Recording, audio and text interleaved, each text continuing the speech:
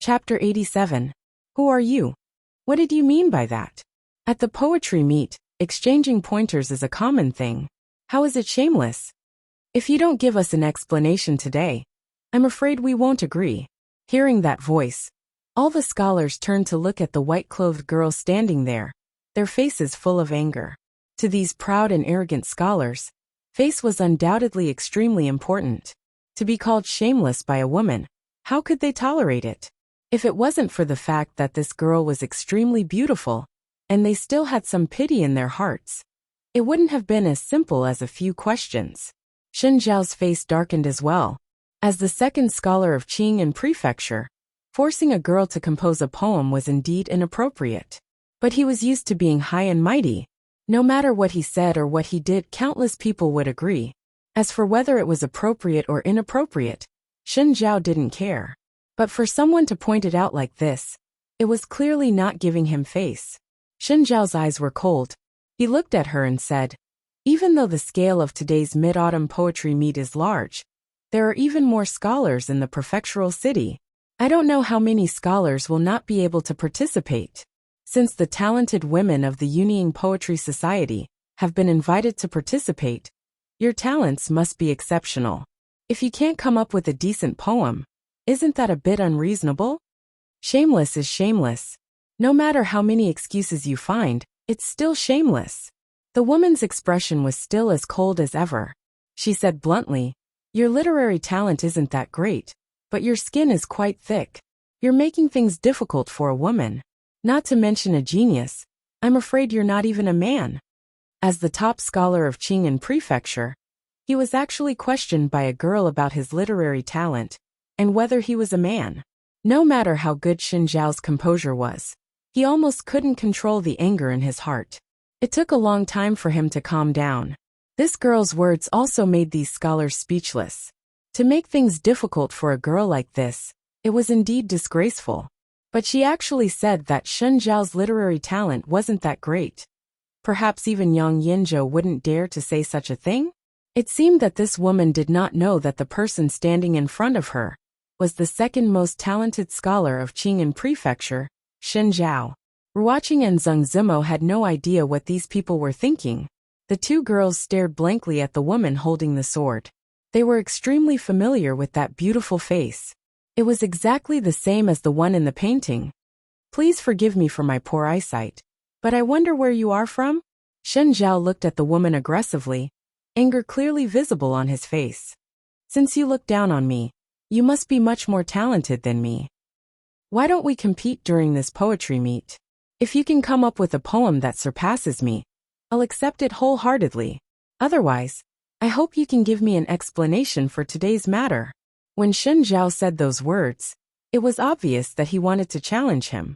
The meaning behind this was naturally not as simple as a spar. This kind of thing was not uncommon among scholars.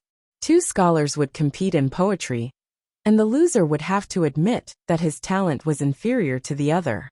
For scholars who valued their reputation as much as their lives, this would be a stain that they would never be able to erase for the rest of their lives.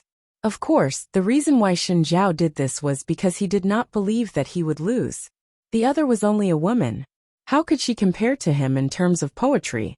At this time, Wan Ruoqing quickly walked to the side of the white-clothed girl and hurriedly said, he is the second most talented scholar of Qing in prefecture. He is extremely talented in poetry. Miss, please do not agree. Lu Rui naturally would not agree to a poetry competition with this Shun. She ignored Shen Zhao and looked indifferently at a certain figure in the back of the crowd. Everyone was puzzled when they saw this, and they looked in that direction as well. Being stared at by so many people, even if Li Yi wanted to watch the show, he could not continue. Moreover, his sister-in-law was about to be bullied. As the brother-in-law, it would be embarrassing for him not to stand out. Miss Ruoqing, Miss Zimo, what a coincidence, we meet again. Zheng Zimo greeted Wan Ruoqing with a smile and walked out from the crowd. The young prince Li Xian followed behind Li Yi. Seeing that he and the two girls seemed to know each other, his mind was filled with confusion. The last time the two went to the jadeite courtyard, he clearly did not know Zheng Zimo. How long had it been since then? How did the two of them hook up? Young master, Seeing him here, Wan Ruoqing and Zheng Zimo's faces showed surprise. After a moment, the two seemed to think of something at the same time. They looked at each other, and then looked at Lu Rui. Could it be? An unbelievable guess surfaced in their minds. It's him! Someone in the crowd suddenly exclaimed. He is the talent who wrote Drinking Alone Under the Moon and Remembering Your Charm yesterday. At this time, someone finally recognized Li Yi. Just as Li Yi walked out, Su Wentian's expression changed and then darkened. It was because of this young man that he could not establish himself in his original circle and became the laughingstock of others. Su Wentian's hatred for him was already deep in his bones. He is the talent who wrote those two poems? At the back of the crowd, Yang Yinzhou and the talent with the surname Wan showed a trace of surprise on their faces. Could it be that the great second talent of Qing and Prefecture only knows how to bully women? Li Yi's lips twitched as he looked at Shen Zhao. Just now at the back, he had heard someone say that this guy was the second talent or something. It seemed like he was quite famous. Now, it seemed like this Shen Zhao's literary talent was still unknown. As for his character, TSK. Seeing him look at Shen Zhao with a mocking expression, the eyes of the few talented women of the Yunying Poetry Society lit up. At this moment, Li Yi's image in their hearts was without a doubt even more glorious than before. At this moment, the way the talents looked at Li Yi was somewhat different. Everyone was very clear in their hearts that the young scholar had stepped forward at this time. And the meaning he wanted to express was very clear. Release those women. If you have any problems, come at me.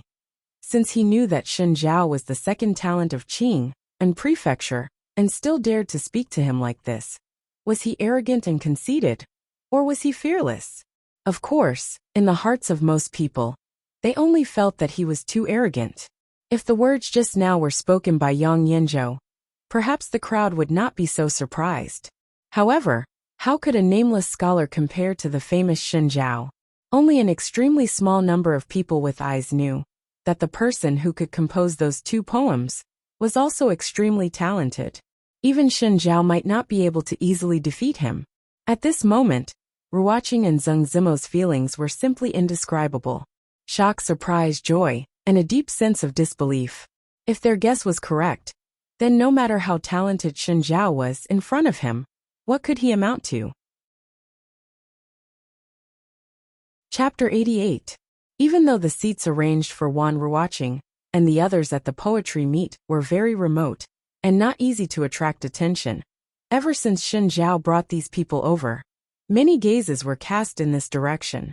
Just now, when this unfamiliar scholar stood out and confronted Shen Zhao, the crowd began to discuss spiritedly. The crowd in the distance also finally realized that something seemed to have happened here, and more figures began to gather here. For people like me, exchanging pointers and poems is a common thing. There is no difference between talented men and women. I just wanted to see this lady's talent. What's wrong with that? There were already many people surrounding them. Shen Zhao's face recovered his gentle and refined expression as he countered with a question. Writing poems and lyrics are originally a way for scholars to cultivate their character and cultivate their character. It is not a tool for competing for power. To make things difficult for a woman like this is the behavior of a lowly person. It is not the behavior of a gentleman, Li Yi said faintly. Scholars usually boasted of themselves as gentlemen. To say, not the behavior of a gentleman, was already a great insult to them. No matter what, Shen Zhao was a person of status in Qing Prefecture. Just now, he was called shameless by a woman. Now he was called a lowly person. Ever since he became famous, when had he been humiliated like this? The refined expression on Shen Zhao's face had long disappeared. It was so dark that it was about to drip water. At this time, the way some people looked at Li Yi changed. Poetry was a way to cultivate one's character and cultivate one's character. It was not a tool for competing for power. Not to mention his talent in poetry. Just this insight alone was better than many self-proclaimed scholars. Jingguo used his literary skills to become an official, which inevitably increased the utilitarian heart of the scholars. Over time, when it came to writing poems and lyrics, there would definitely be a difference in who was better and who was worse. The first and second scholars were actually fought out in this way. For this scholar to say such things, he was most likely a person with an indifferent temperament and no desire for fame and fortune. At this time, even those who were familiar with Xin Zhao couldn't help but look at him in a different light. Wan Ruoqing's beautiful eyes lit up. She had guessed correctly. Even though this gentleman was very talented, he was different from most scholars. He was truly a refined scholar with a noble heart. But when it came to money, forget it. Since he was a refined scholar, it wasn't a big deal to have some weird hobbies. It was precisely because of this that he was different from those people. Brother, since you have such a temperament, I'm sure your poetic talent isn't too bad either. I'm not talented, but I'd like to experience it for myself. Since they had already shed all pretense of cordiality, Xin Zhao no longer beat around the bush and spoke in an aggressive tone. At this point, there was no longer any room for negotiation. When there was a conflict between scholars, they naturally wouldn't fight with their fists like ordinary people. Whoever won would be in the right. Between them, it was popular to fight with words. The rights and wrongs of this matter had always been unclear. Even though Xin Zhao was indeed a little forceful, but this sort of thing was not uncommon in the circle of these scholars. Now that things had developed to this stage, no one cared about whether the cause was right or wrong. Once the two poems were brought out, it was clear who was better. If one's talent was not as good as the other, then one would naturally have to bow down to the other. Of course, the premise was that he would accept Xin Zhao's challenge. In reality, Li was also considering this problem. For Xin Zhao to be called the second gifted scholar, he must have some talent. If Xin Zhao didn't come up with a poem that could suppress the situation, wouldn't he be at a disadvantage if Xin Zhao went back on his word? He didn't know many people here, so he wouldn't be at a disadvantage. However, he couldn't bear to bring out a really good poem. Those were all shining silver. Right now, Li Yi's career had just started, and he was in urgent need of silver. That kind of poem could be sold for at least a few hundred taels of silver. It wasn't worth it to just throw it out like that. Little Prince Li Xian tugged on Li Yi's sleeve and whispered, "Don't fall for it. Even though this fellow's character is bad, he is very talented."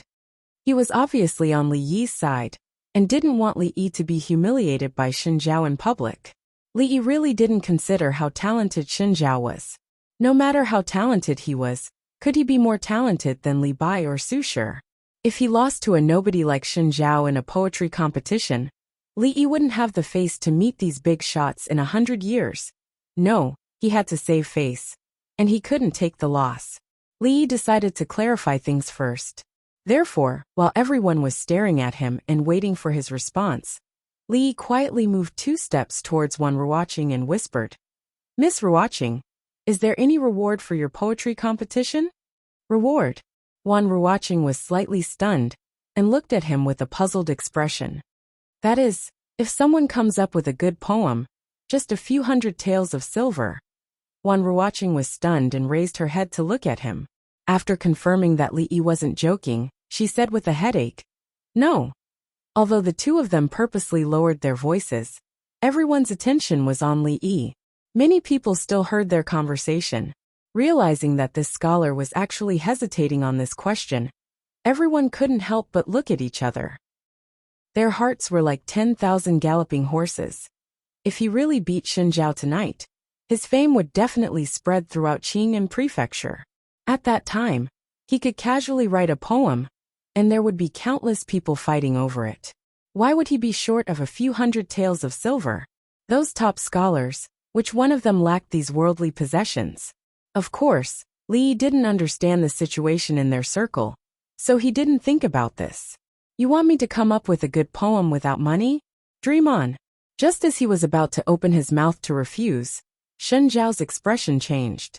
He suddenly pulled off a jade pendant from his waist and said coldly, "This jade pendant of mine is worth at least 300 taels of silver. If you win, this jade pendant is yours." Li took the jade pendant from his hand and played with it for a while. He felt that the feel of this thing was not bad, but he still didn't have an accurate estimate of the value of this jade pendant. He casually handed it to Li Xian and asked, "Look, is this thing worth 300 taels of silver?" Seeing this scene, the corner of Shen Zhao's mouth twitched and his fists tightened. The image of a scholarly scholar no longer existed. The expressions of the surrounding people were complicated. Their impression of this scholar was once again subverted. That Unrestrained Poetry Club, how did they find such an eclectic talent? One rewatching rubbed her brows helplessly. Zhang Zimo's pretty face was stunned. The women of the Unrestrained Poetry Society saw the gazes everyone was looking at them, and their faces couldn't help but blush. However, a glimmer of light flashed through Lu Ruo's beautiful eyes. 300 taels of silver. It sounded like a good deal. After being appraised by the knowledgeable young Prince Li Xian, Shen Zhao didn't use a fake jade pendant to trick them. This meant that this deal could be done. Under the gazes of the crowd, Li Yi finally nodded. Since it is a competition, this place is naturally not suitable. Let's go over there. Shen Zhao looked at him coldly and led the way to the center of the crowd where the waterside pavilion was the most crowded. Su Wentian glanced at Li Yi with an extremely pleased expression, feeling extremely carefree in his heart as he hurriedly followed. He actually dared to compete with Shen Zhao. Tonight would be the night he would lose all face. When Shen Zhao and his group left in a grandiose manner, the surrounding people also looked at Li Yi with complicated expressions and quickly followed. Let's go over as well. Li Yi turned back to look at the people who were still standing in place. At this time, Wan Ruoqing bit her lip and suddenly raised her head to look at him. She asked, "We parted in a hurry yesterday. I still haven't asked for young master's name?" As soon as she finished speaking, Zhang Zimo also abruptly raised her head to look at Li Yi. An expression of extreme anticipation appeared on her pretty face. Zhao Yunru glanced at Wan Ruoqing and felt a bit anxious. Right now, they should be thinking about how to deal with Shen Zhao's provocation. This was not the time to ask these questions. Li Yi smiled and said, "This one is not asking for advice. This one is called Li Yi. Miss Ruoqing can directly call me by my name." Li Yi. Wan Ruoqing murmured these two words. Although she had already guessed it, she still couldn't believe it when she heard it from his own mouth. As expected, Zhang Zimo bit her lower lip tightly and looked at him with a complicated expression. All the doubts in her heart were completely resolved the moment she heard, "This one is called Li Yi." Chapter 89. Zhang Zimo now understood why he lost his composure when he heard her sing Celestial Magpie Bridge. It was because he was the one who wrote the poem. He probably didn't think that the poem written on the sky lantern would be picked up by Sister Ruoqing and spread throughout Qing'an Prefecture. Yesterday, he had been dismissive of Su Wentian's poems. With a wave of his hand, he had written 2 poems of a very high standard. Before this, no one knew that there was such a talent in Qing'an Fu. This made everyone very confused. All of this could be explained. This was because he was Li Yi, the one who wrote. If the love between 2 lovers lasts for a long time, why should they be together day and night?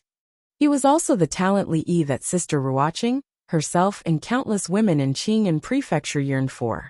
Li Yi. But the Li Yi who wrote, "If love lasts, why do we stay together day and night?" Zhao Yunru and the women of the Unrestrained Poetry Society were dumbfounded. They murmured to themselves, stunned for a moment and still in disbelief. He was the most mysterious scholar in Qing'an Prefecture recently, the one whose Celestial Magpie Bridge made Yang Yanzhou concede defeat. The one who made Shen Zhao declare that he would no longer compose qixi poems. The one who countless women, including themselves, wanted to meet? Zhao Yunru and the others' first reaction was disbelief. But when they thought of the 2 poems yesterday, they no longer had any doubts. In such a short amount of time, how could Qing'an Prefecture produce 2 talents who could stand shoulder to shoulder with Yang Yanzhou and Shen Zhao? So they were the same person. The young Prince Li Xian stood there in a daze. His expression was one of shock. Was this guy famous in Qing'an Prefecture? Why hadn't he heard of him before? What are you all standing there for? Li Yi looked at them with confusion. He shook his head and walked toward the water pavilion in the center. At this time, because of Shen Zhao, the water pavilion in the center had attracted the attention of countless people. Did you hear that young Master Shen is going to compete with someone in poetry today? What? Isn't young Master Shen the number 2 talent? Who else does he need to compete with? Could it be Yang Yinzhou? That doesn't seem to be the case. We'll know what's going on once we keep watching. How dare he compete with young Master Shun? Isn't he digging his own grave? Under Shen Zhao's deliberate efforts, the news quickly spread throughout the entire Mianxiu garden, and the crowd began to gather in that direction. When Wan were watching, Zheng Zumo and the woman from the Yunying Poetry Club walked over behind Li Yi. They were also shocked by such a scene. But when he thought of his poem, The Immortal at the Magpie Bridge, Shen Zhao no longer dared to compose any more qixi poems, and his heart immediately calmed down. Is that young master going to compete with young Master Shen? That young master is so handsome. This is a competition of literary talent, not who is good-looking. But he really is better looking than young Master Shun. It was not convenient for the women in the hall to get close, so they could only watch from afar. Occasionally, their voices could be heard. In the center of the waterside pavilion, in a spacious pavilion, Shen Zhao was already standing in front of a table. On the table was a brush, ink, paper and inkstone. His expression was calm and unreadable. At this moment, this place had already been surrounded by many scholars. As the second most talented scholar in Qing'an Prefecture, Shen Zhao was naturally a hot topic. The news of Shen Zhao's poetry competition tomorrow would definitely be the topic of conversation among the scholars of Qing'an Prefecture. Brother Yinzhou, Yang Yinzhou, and the scholar with the surname Wan were also in the crowd. Suddenly, a voice came from beside them. Looking back, they found it was a scholar they were familiar with. That person looked at Yang Yinzhou and asked in confusion, "Someone actually agreed to compete with Shen Zhao in poetry? Does he not know that in Qing'an Prefecture, Shen Zhao's poetry skills are second only to Brother Yinzhou's? This is a situation where he will definitely lose. Brother Yinzhou, what do you think about this?" Yang Yinzhou shook his head and said slowly, "Definitely lose? I don't think so." "Brother Yinzhou, what do you mean?" Yang Yinzhou actually didn't think Shen Zhao was optimistic. That person's expression froze. He had a faint premonition. Tonight, there would probably be big news. The surrounding people had been paying attention to the conversation between Yang Yinzhou and him. Hearing this, they immediately focused their attention and listened carefully. What if that person is the scholar who wrote, "Raising a cup to the bright moon, facing the shadows to form three people"? After Yang Yinzhou said this, the surrounding crowd was silent for a moment. Then, they immediately burst into an uproar. It was also at this time that Li Yi and the others finally walked over.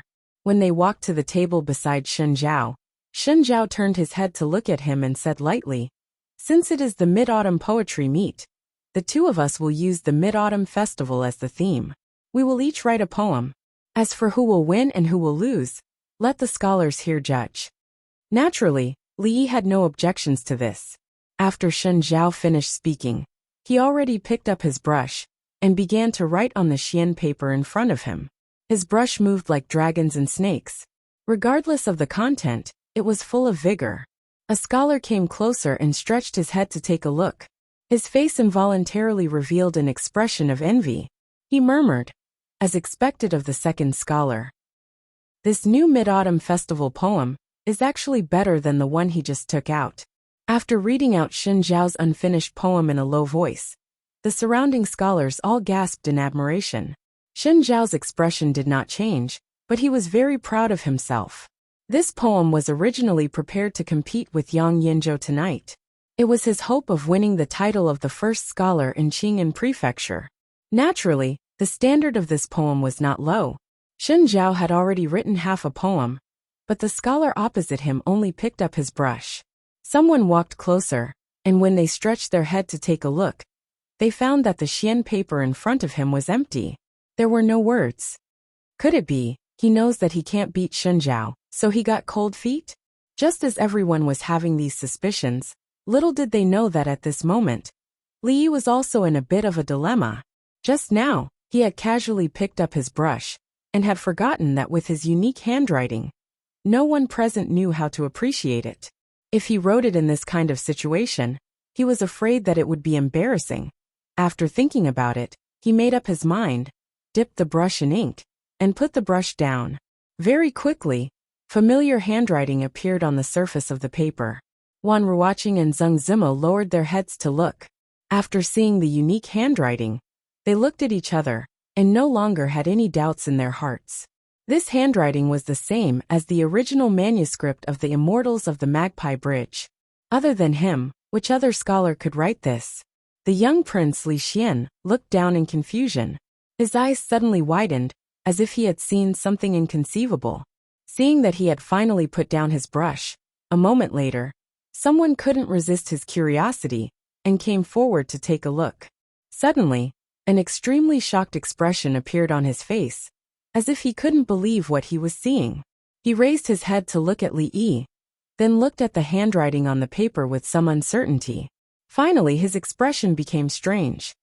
This handwriting? I'm afraid that only a child who has just learned how to write would be able to write this? Following that person's low murmur, a few more people came forward.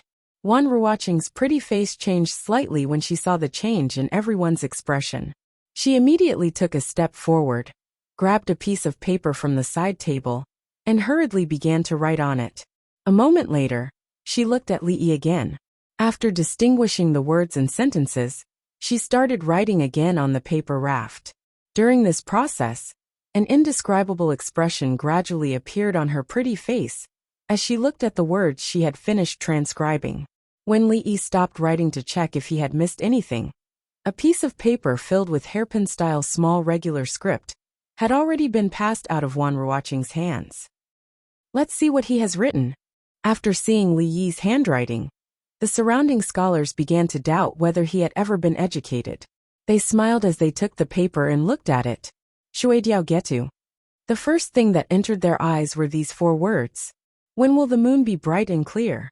Holding a cup of wine, I asked the clear sky. Someone held the paper and read it softly. Not long after, the surrounding noise gradually quieted down. Chapter 90. Shui Diao Getu. Shui Diao Getu. I'm afraid no one will dare to compose a Mid-Autumn Festival poem today. A blank expression appeared on the scholar's face. He had already been shaken by the paper raft in his hand. It's not just today. I'm afraid that from now on, it will be difficult to compose a Mid-Autumn Festival poem. Yang Yinzhou's eyes were also filled with shock. Even though he was known as the #1 scholar in Qing'an Prefecture, he would never be able to compose a poem of this standard. At this moment, all the scholars at the scene were no longer as noisy as before. Yang Yinzhou's gaze once again swept across the paper raft, and finally noticed the name at the bottom. His heart suddenly jumped, and he exclaimed, Li Yi. What? Hearing this, everyone's bodies trembled. They all lowered their heads. In the next moment, an even greater uproar erupted. He is Li Yi. Li Yi from Immortal Magpie Bridge ? That drinking alone under the moon was also written by him. The moment they saw the name of the poem, the shock in their hearts exceeded the poem itself. Ever since the Mid-Autumn Festival a month ago, everyone had their own guesses as to who the author of Immortal Magpie Bridge was. But it was undeniable that this person's talent was astonishing. With just one Mid-Autumn Festival poem, he had already been elevated to the same status as Yang Yinzhou and Shen Zhao. Including Yang Yinzhou, who knew how many people wanted to meet this scholar named Li Yi, but no one was able to do so. No one thought that he would appear in such a manner. With a wave of his hand, he produced an extremely high-standard Mid-Autumn Festival poem. Not just Shen Zhao, but even among all the scholars in the Jing Kingdom, who could compare to him? Thinking of this, everyone couldn't help but glance at Shen Zhao, who was still happily writing. The expressions on their faces were especially interesting. A month ago, because of the Immortal Magpie Bridge, Shen Zhao tore his proud work into pieces in front of all the scholars in Qing'an Prefecture. He announced that he would never compose a Mid-Autumn Festival poem again. From today onwards, he probably wouldn't even be able to compose a Mid-Autumn Festival poem. If 2 lovers love each other for a long time, why would they stay together day and night? Raising a cup to the bright moon, the shadow becomes 3 people. May we live together for a long time. Yang Yinzhou muttered to himself, and a self-mocking smile appeared on his face. He said, Everyone says that I, Yang Yinzhou, am the #1 scholar in Qing'an Prefecture. When I compete with others, I have never tasted defeat in poetry. Today I know that there are people better than you. From now on, the title of number 1 scholar in Qing and Prefecture should not be mentioned again. Brother Yanzhou. Scholar 1 opened his mouth, but in the end, he only patted his shoulder and didn't say anything. The immortal on the Magpie Bridge, drinking alone under the moon. Shui Diao Getu. These poems were enough to scare many people to death. If Yang Yanzhou still carried the title of the foremost scholar in Qing and Prefecture, this was not praise for him, but a great mockery. He looked at the back of the scholar with a complicated expression and sighed in his heart. Since Li Yi was born, how could Yang Yanzhou be born? He couldn't help but look in Shen Zhao's direction. He must have committed too many sins in his past life to have to compete with this kind of person. After today, Shen Zhao would probably have a hard time keeping a foothold among the scholars in Qing and Prefecture. Look, even though this style of writing is not restricted by rules, the strokes are smooth, the structure is simple, and the strokes are continuous. Amidst the frenzy, there is a hint of elegance. I'm afraid that he is quite accomplished in calligraphy. A scholar stared at the manuscript on the table and suddenly exclaimed. When the crowd heard this, they all lowered their heads to look at it. For some reason, the words that looked like a child's scribble now looked much more pleasing to the eye. There seemed to be a certain rhythm between the lines. Thinking about it carefully, what the scholar said just now did seem to make some sense. Brother Wang's words are reasonable. Our eyes were blind and almost made a mistake. Not bad, not bad. How could someone with such talent not know calligraphy? Could it be that this style was created by this brother? Yang Yanzhou stood to the side and listened to the discussions of the crowd. A trace of doubt floated onto his face. Could it be that the other party's cultivation level was too high? Even with his skill in calligraphy, he could not comprehend the beauty of this style? Even Li Yi couldn't help but blush when he heard these words. He coughed to hide the awkwardness in his heart. When he put down his brush, he saw Li Xian, Wan Ruoqing, Zheng Zumo, and the others standing behind him. They looked at him with a complicated expression. What is it? Is there ink on my face? Li Yi was stunned and asked in confusion. He reached out and wiped his face. He looked down at his palms. There was no ink. No one nodded and no one spoke. Li Xian looked at him with a burning gaze. It was as if he was meeting him for the first time. Originally, he thought that the other party was an interesting scholar who was good at painting, greedy for money, and had a low tolerance for alcohol. On top of that, he had cured his mother's depression. His impression of him improved greatly, and he was willing to interact with him. But who would have thought that this scholar, who did not have any outstanding qualities other than his good looks, was so talented that even the top scholar of Qing and Prefecture had to admit defeat? This guy was even better at hiding than he was. Wan Ruoqing, Zheng Zumo, and the others were just as shocked as he was. First, they found out that the young master from yesterday was Li Yi, the one who created Immortal Magpie Bridge. Before they could recover, Shui Diao Getu appeared out of nowhere. Not only did it stun all the scholars present, it also stunned them, especially when they remembered that he was a member of the Yunying Poetry Society in name. They all wondered if they were dreaming. Pa! Shen Zhao threw the brush in his hand onto the table.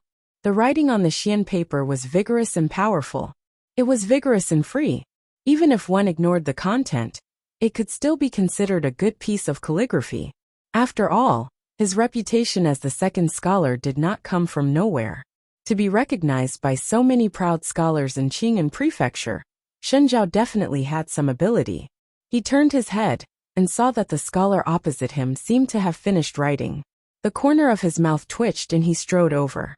Because of the distance, when Shen Zhao was concentrating on writing, he did not hear the discussion. At this moment, he walked in front of Li Yi's table and lowered his head to look. His expression froze for a moment, then he laughed loudly. Is this your work, or is it a child's random scribbling? At this moment, Shen Zhao no longer had any doubts about the outcome of this competition.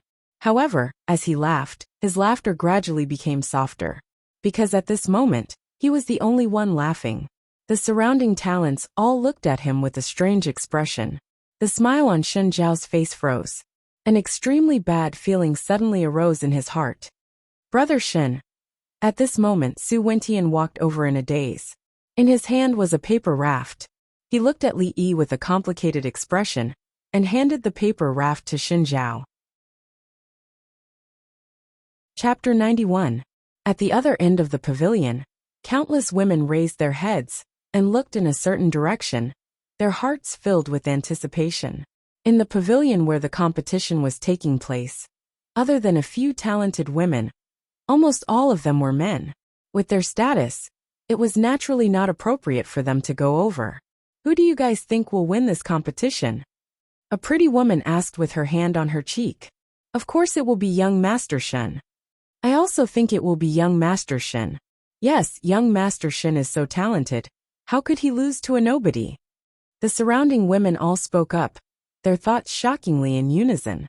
No one felt that the nameless scholar could win against the second talent of Qing and Fu, Shen Zhao. After all, Shen Zhao had been famous in Qing and Fu for a long time. In the hearts of these women, his position was naturally higher. But that young master isn't a nobody.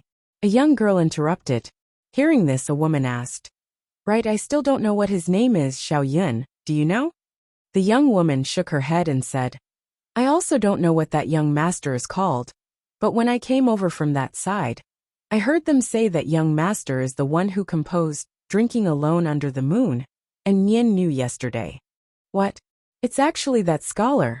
Among these women, there were clearly many who knew these two poems. After a moment of surprise, they said hesitantly, if it's that scholar, he might not necessarily lose. But why is young Master Shen competing with that young master in poetry? Competing in poetry between scholars was a very common thing, and not something to be surprised about. But usually, if there was no conflict between the two, it would just be a normal exchange of pointers. But if it was elevated to the level of a battle, it meant that the conflict between the two could not be resolved. The young woman who had just spoken looked around and said somewhat mysteriously, I heard that because young Master Shen made things difficult for the talented women of the Yunying Poetry Society, that young master, as a member of the Yunying Poetry Society, could not stand young Master Shen's actions. So he stood out. Everyone knows what happened next. Ah, how is it possible? How could young Master Shen be this kind of person? I've heard before that Xin Zhao was arrogant and narrow-minded. I thought it was just a rumor. Who would have thought? I suddenly don't want young Master Shen to win. Me too. After the young girl's words were confirmed by a few other women, who were also in the know, the balance in these women's hearts finally tilted. At this moment, a young lady dressed like a servant ran over from afar with a paper raft in her hand. She ran to the lady's side and handed the paper raft to her while panting. Is there any news from there? When the women saw this, they all crowded around him. How is it? How is it? Who won? When will the bright moon appear? I asked the clear sky with a cup of wine in my hand. I wonder what year it is in the heavenly palace. That woman cast her gaze up and recited in a low voice. Her beautiful eyes suddenly burst out with a strange splendor. The few women gathered their heads, and after a moment, their pretty faces revealed the same expression as hers. This was written by that young master? After a moment, the woman raised her head and looked at the young servant girl. She asked in disbelief, Miss Name. The young maid had run all the way here, and was panting from exhaustion. She finally caught her breath, and opened her big eyes wide. She hurriedly pointed at the bottom corner of the paper raft and said, Name? What name? The young lady, who looked like a well-bred lady, looked in the direction that the young maid was pointing. In the next moment, her beautiful eyes involuntarily widened. Her cherry lips slightly parted as she cried out in surprise, Li Yi. The name Li Yi was not an unfamiliar name to the women of Qing and Fu. Ever since the Immortal Magpie Bridge came out, it was unknown how many young girls in love, young married women, on lonely nights, in the depths of their chambers would recite. If the feelings between two could last forever, why would they stay together day and night, while thinking of their absent lovers? Even those unmarried young girls would imagine a certain scene in their minds. Perhaps in their erotic dreams at night, they would occasionally dream of that scholar named Li Yi. For the women of this era, a man's talent was, without a doubt, a fatal attraction to them. Appearance was actually ranked lower. Of course, if he was a scholar with both talent and appearance, he would certainly be pursued by countless women. Is that the Li Yi from the Immortal of the Magpie Bridge? Ah, that handsome gentleman, is that Li Yi? In an instant, countless women raised their heads and looked in the direction of the water pavilion in the center. Their eyes were filled with a strange light. I hope that people live long, thousands of miles apart. When Shen Zhao read to this point, his voice was already trembling. Fine beads of sweat appeared on his forehead. He suddenly raised his head to look at him and said in a trembling voice, "You are that the Immortal of the Magpie Bridge? Brother, if you have finished writing, why don't you hand it over to the scholars to judge?" Li looked at him and asked with a smile. Hearing this, Shen Zhao's face turned pale. He knew his own limits. The other party had even brought out such words. What need was there to judge? He was just asking to be humiliated. "I lost." Shen Zhao's face was pale. After squeezing out these words from between his teeth, he turned and left. "Brother, please wait." Seeing that Shen Zhao was about to leave, Li hurriedly called out to him. "What else do you want?" A trace of anger appeared on Shen Zhao's face. He had already lost face in front of everyone today. Was the other party still not willing to let it go? Li didn't speak, but his eyes looked at his waist. Shen Zhao finally remembered something. His face darkened even more. He tore off the jade pendant at his waist and casually threw it over. Li hurriedly caught it. If it was broken, 300 liang of silver would be gone. When he walked to the side of his table, Shen Zhao's footsteps paused. He grabbed the poem he had just written and tore it into pieces. The scholars saw this familiar scene and couldn't help but sigh in their hearts. If they had known this would happen, they wouldn't have done it in the first place. Li held the jade pendant in his hand. In his heart, he was thinking about going to a pawn shop later. 300 liang of silver was enough to rent a shop in a slightly more prosperous area in Qing'an Prefecture. At that moment, a delicate young girl walked in from outside. She walked to Li Yi's side and asked gently, "May I ask if you are Li Yi Li?" Li didn't know what this young girl wanted. He nodded in confusion. The young girl smiled and handed over a piece of paper. "Will you be free tomorrow? My young mistress would like to invite you to her residence for a chat. This looks like Miss Chen's servant. Miss Chen is official Chen's daughter." Seeing this, all of the candidates had expressions of shock and envy on their faces. Before Li Yi could react, a few more young girls walked in from outside. After bowing to Li Yi, they spoke in a gentle voice. "My young mistress admires your talent very much. Tomorrow, there will be a banquet at the Drunken Fragrance Brothel. Will you be free?" My young mistress. That's Miss Chen's servant. That's Lu Qiaoqiao's servant. Even Prefectural Magistrate Dong's daughter." Behind Li Yi, the little prince Li Xian stared blankly at this scene. His expression was incomparably complicated. Chapter 92. Since they were daughters of noble families, they had been taught from a young age that their every action had to be dignified and courteous. Not to mention daughters of noble families like the daughter of Magistrate Dong, or the daughter of the Chen family. Even the slightly more famous courtesans of Qing and Prefecture were usually very reserved and would never publicly invite a stranger. Although most of these girls had only sent their own servant girls, the personal servant girls represented their own wishes. Li Xian really couldn't understand why a mere poem would have such a strong attraction for these girls. It should be known that even though he was a little prince and a relative of the imperial family, these girls only maintained proper etiquette when they saw him. They definitely wouldn't go this far. In this aspect, his influence as a little prince wasn't even as great as Yang Yanzhou, or Xin Zhao, and other famous scholars in Qing'an Prefecture. But he had never heard of the daughter of Magistrate Dong ever inviting Yang Yanzhou. Li Xian was very certain that if Li nodded his head right now, perhaps there would be many girls willing to offer themselves to sleep with him tonight. This kind of thing was not rare for scholars in Qing'an Prefecture. After tonight his talent would spread. In the future, he wouldn't even have to pay to visit brothels, and there would probably be girls willing to throw themselves at him. Don't doubt this. There are historical records that show Lu Yong and Tang Bohu were both masters who didn't pay to visit brothels. Spending a night with the #1 scholar of Qing and Prefecture was a good opportunity for those prostitutes to become famous. If they could get him to write a poem, something along the lines of flirtatious, graceful, and devastatingly beautiful, it would be a good hype and would greatly increase the attention of the market. And this kind of handsome, talented scholar was the ideal candidate for Rui in the hearts of the daughters of noble families. In his mind, the scene of Li Yi being surrounded by all kinds of girls floated up. If he could receive his true teachings, in the vast Qing Prefecture, would there be a girl he couldn't handle? Thinking of this, Li Xian made a decision in his heart. He was definitely going to be a friend. Looking at the girls in front of him handing over handkerchiefs, invitations, and the like, Li Yi felt a headache coming on. After living 2 lives, he really couldn't handle such a scene.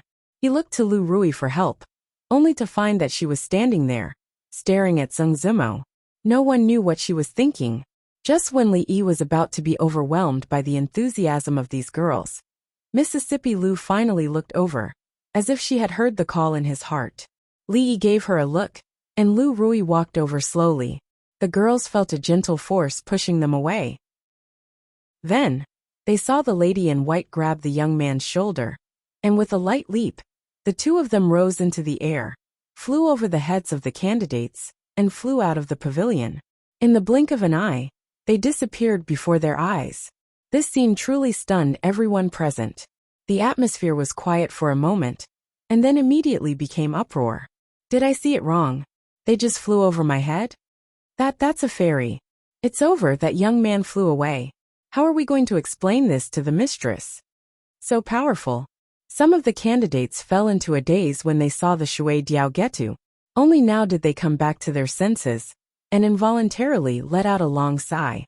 That person's attainments in poetry were truly impressive. After today, the #1 scholar in Qing Prefecture would most likely be someone else.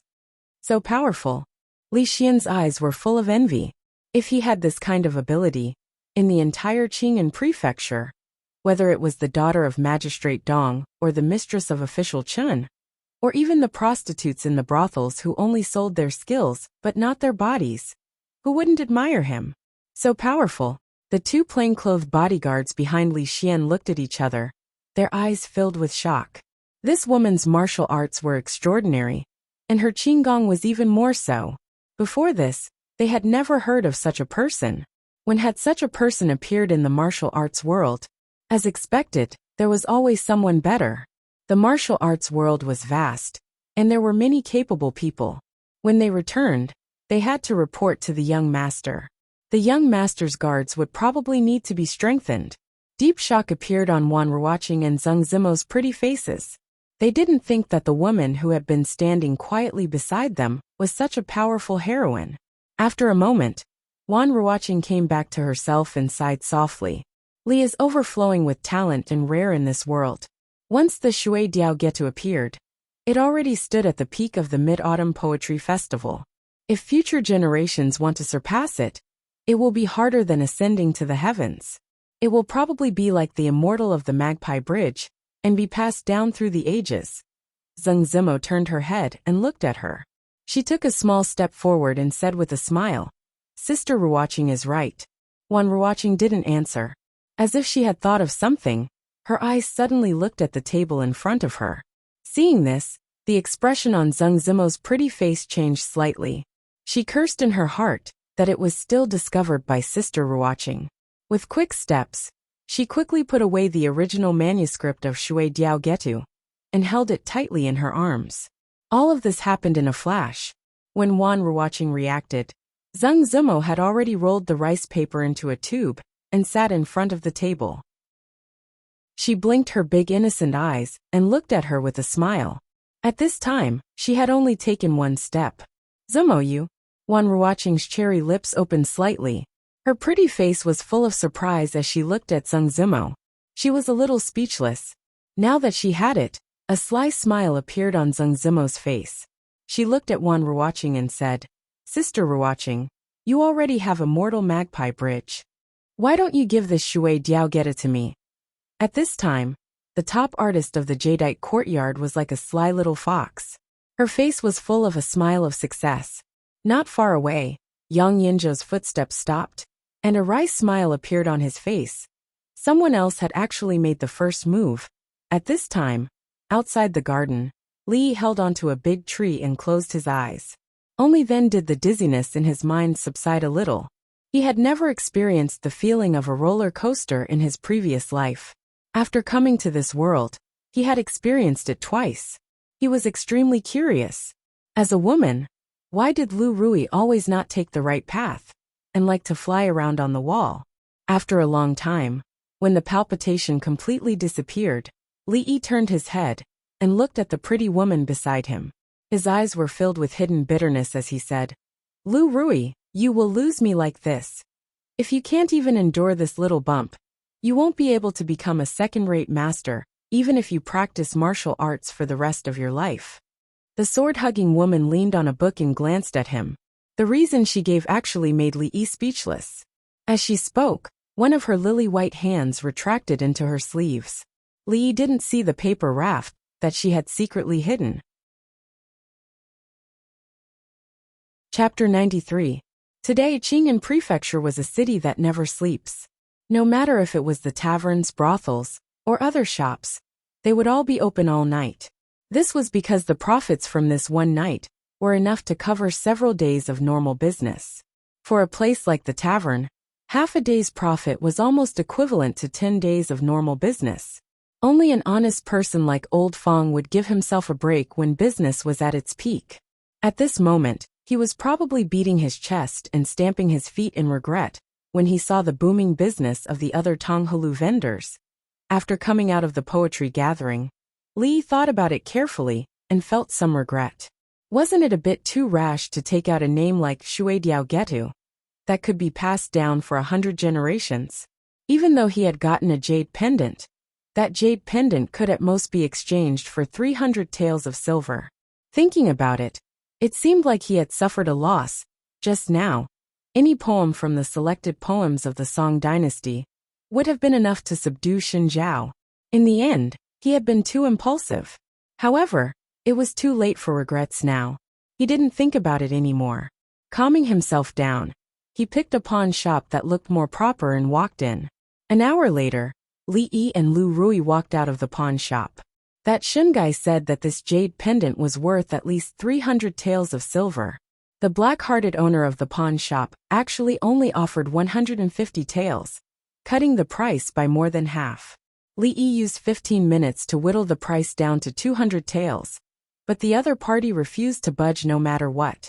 In the end, when Lu Rui's delicate brows furrowed and her jade-like hand had already touched the hilt of her sword, Li Yi saw that the situation was not good and hurriedly brought up Xin Zhao's name. Otherwise, this pawn shop owner would be in big trouble tonight. It had to be said that Xin Zhao's name was very useful. Since it was the jade pendant of the second scholar of Qing'an Prefecture, the price was naturally higher. After the pawn shop owner confirmed it, he finally increased the price to 300 taels of silver. Before he left, he deliberately stuffed another 10 taels of silver into Li Yi's hand.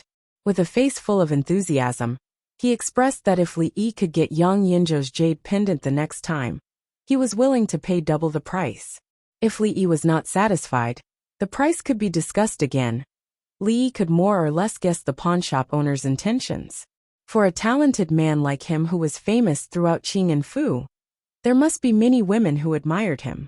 Among them, there was no lack of young ladies from rich families who did not lack money. Buying him for 300 taels, and then selling him to them, he could probably earn quite a bit of money. Li Yi couldn't help but sigh in his heart.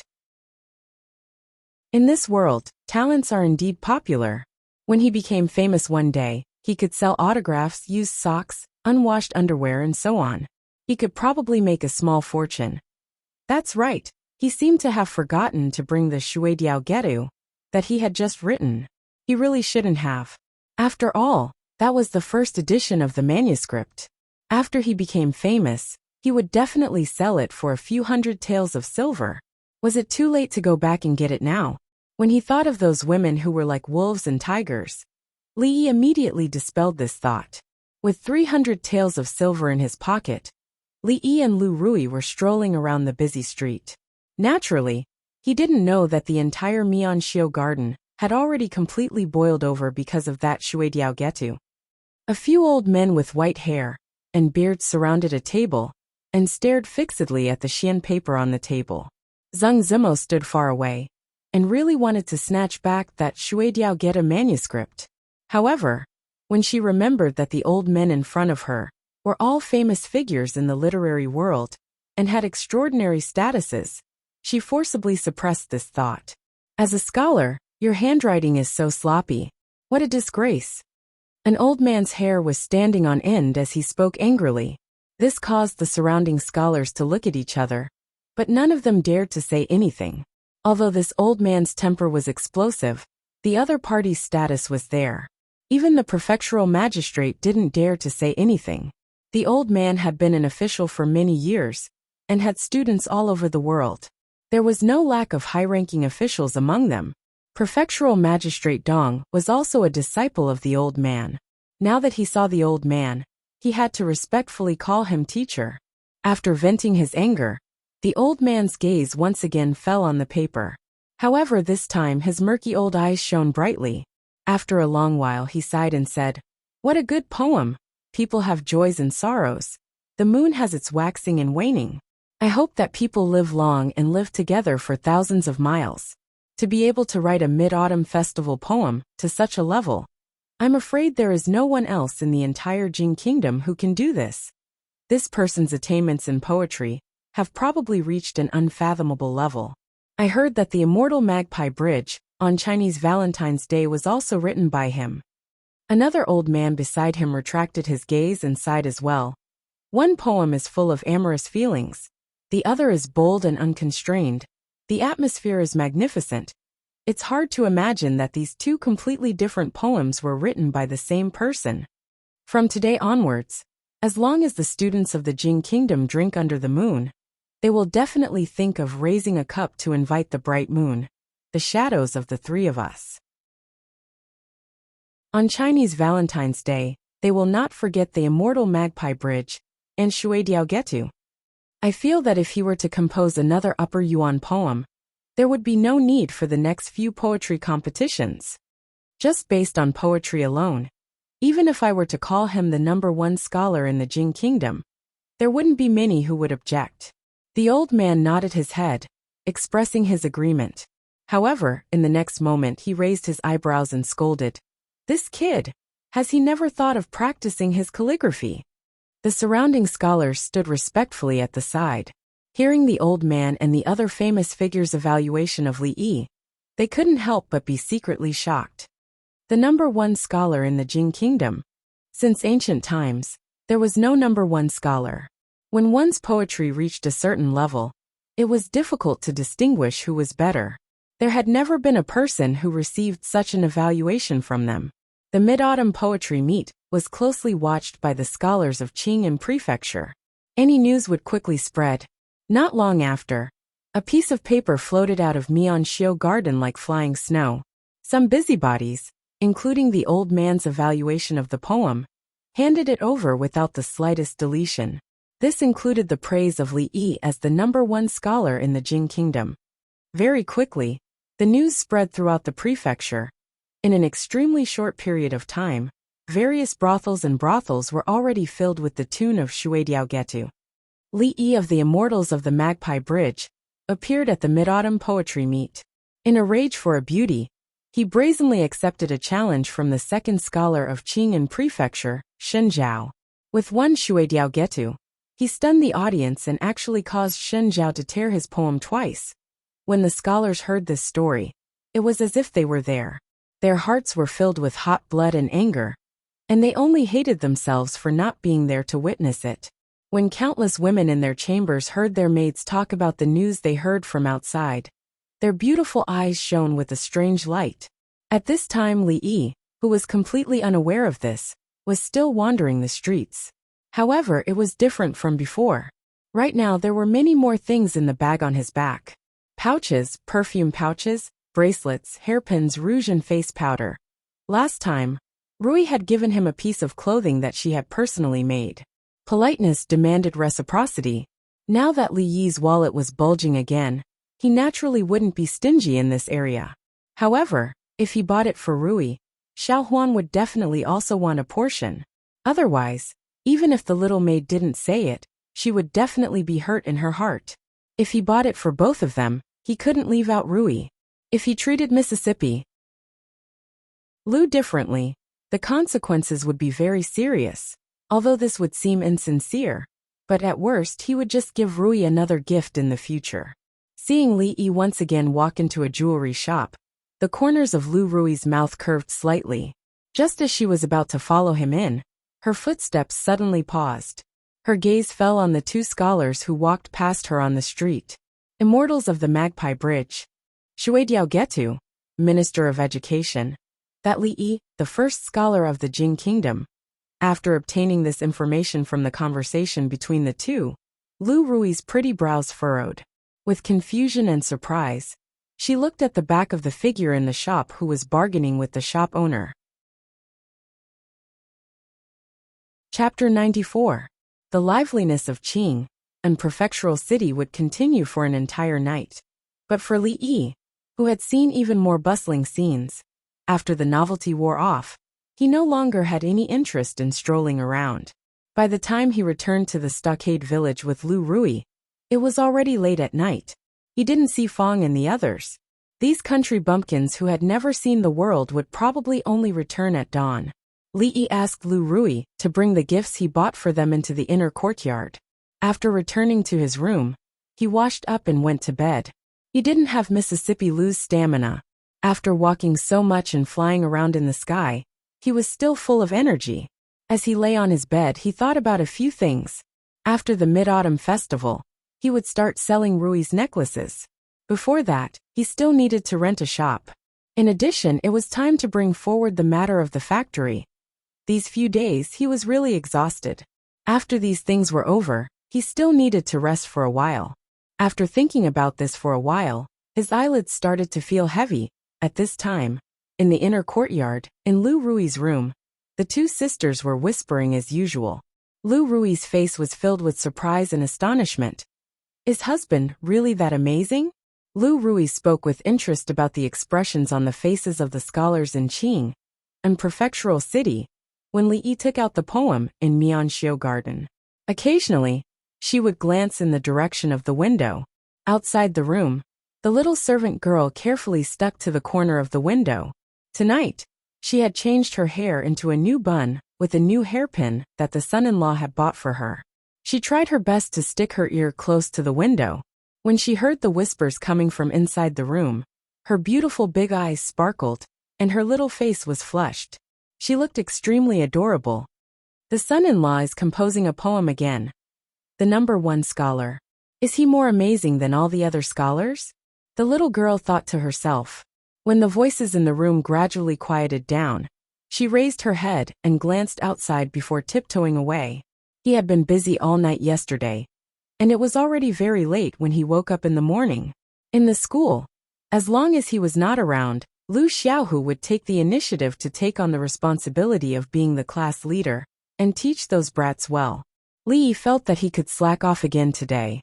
After running outside, he practiced Tai Chi in the courtyard as usual. Of course, he found the books in the library. Regardless of whether they were useful or not, he just treated it as killing time. The scale of the provincial library was already very large, so naturally, there were other martial arts books. However, Li Yi had no intention of learning fighting, sanda, taekwondo, judo, and the like. In this world where everyone was a super saiyan, even if he practiced judo and taekwondo to the 100th stage, he would not be able to withstand a few punches from someone like Old Fong. And if he was unlucky and met Lu Rui, the future world boxing champion, or mixed martial arts champion, could probably be defeated with a single strike from her. After all, no matter how powerful those people were, they were not so powerful that they could fly in the sky. In the library, there were many traditional Chinese martial arts, such as Tai Chi, Xingyi Quan, Baguazhang, Tongbei Quan, and so on. But those that could be displayed in the library were naturally extremely simple moves. It was impossible to get to the real core. It was fine to practice for fun, but it was completely impossible to become a martial arts master by relying on these. Of course, it was naturally impossible to find peerless secret manuals like 9 Manual, 18 Subduing Dragon Palms, and 6 Pulse Divine Sword in the modern library. Instead of relying on these, it was better to practice the martial arts basics that Lu Rui had thrown to him. Although he had not yet cultivated the so-called true qi that Rui had mentioned, Li Yi had been learning martial arts for a long time. He estimated that he would have no problem fighting against 3 weak scholars like Shinjiao. A little further away, Lu Rui stood outside the arched door that connected the 2 courtyards. Seeing Li Yi doing some strange movements, her beautiful eyes showed some surprise. In the first few days, when Li Yi told her that this was a martial art called Tai Chi, Lu Rui did not take it to heart.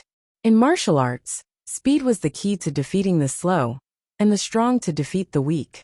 It was similar to what he said when he told stories about strange martial arts. In the world of martial arts, there is nothing that cannot be overcome. Only speed cannot be overcome.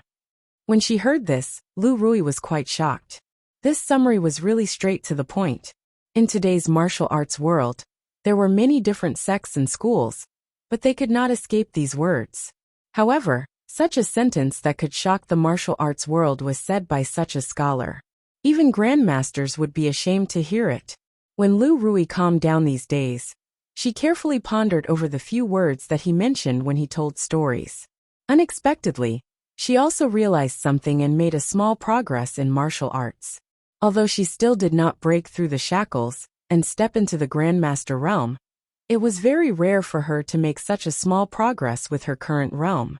Therefore, when Li Yi said that Tai Chi was about defeating the strong with the weak, defeating the fast with the slow, and conquering the hard with the soft, Lu Rui just smiled. Defeating the strong with the weak, and doing the opposite, how could there be such a wonderful martial art in the world? However, these past few days, she had often seen these movements, so she still paid some attention to them. His movements were natural and smooth, extremely coherent, and didn't seem like he was doing it randomly. As Lu Rui watched, she couldn't help but imitate a move. It seemed like something flashed through her mind, but when she thought about it carefully, there was nothing. After Li Yi finished the turning and stroking, he saw Lu Rui's beautiful starting hand full of beauty. He was stunned for a moment and said, "My wife, do you want to learn Tai Chi? I can teach you." Lu Rui smiled and said, "My husband is busy all day, you don't have to worry about me. I have nothing to do anyway, and it is not difficult to learn." Li Yi waved his hand. When he practiced martial arts, he was ordered around by Lu Rui all day, and Lu Rui occasionally came to give him advice. It was not easy to get a chance to reverse. How could he let it go so easily? Tomorrow, he would ask Lu Rui if she wanted to learn it. At that time, he would definitely make things difficult for her, reprimand her. Rotten wood cannot be carved. To save some face. Then I'll have to trouble you, my husband. Lu Rui smiled slightly. At this moment, she was a little curious about this method of borrowing strength to fight strength, and using little effort to achieve a great deal of wealth. After a moment, in the small courtyard, the conversation between the two gradually became more frequent. This movement is not like this. Tai Chi is in a circle. My wife, try to experience it. I understand. For this movement, you have to raise your hand a little higher. Yes, that's right. After a moment, the topic was changed by Li Yi. My wife, your martial arts are so powerful.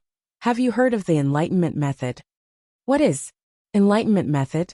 It is a martial arts master who, through a certain secret method, imparts his lifelong skills to another person, and the person who has imparted his skills will instantly become a peerless master. My husband, you must be joking again. Skills are not goods, how can they be imparted? My husband, you must have seen it in those strange novels again, right? Ah, there is no such method. Li Yi's voice sounded a little disappointed.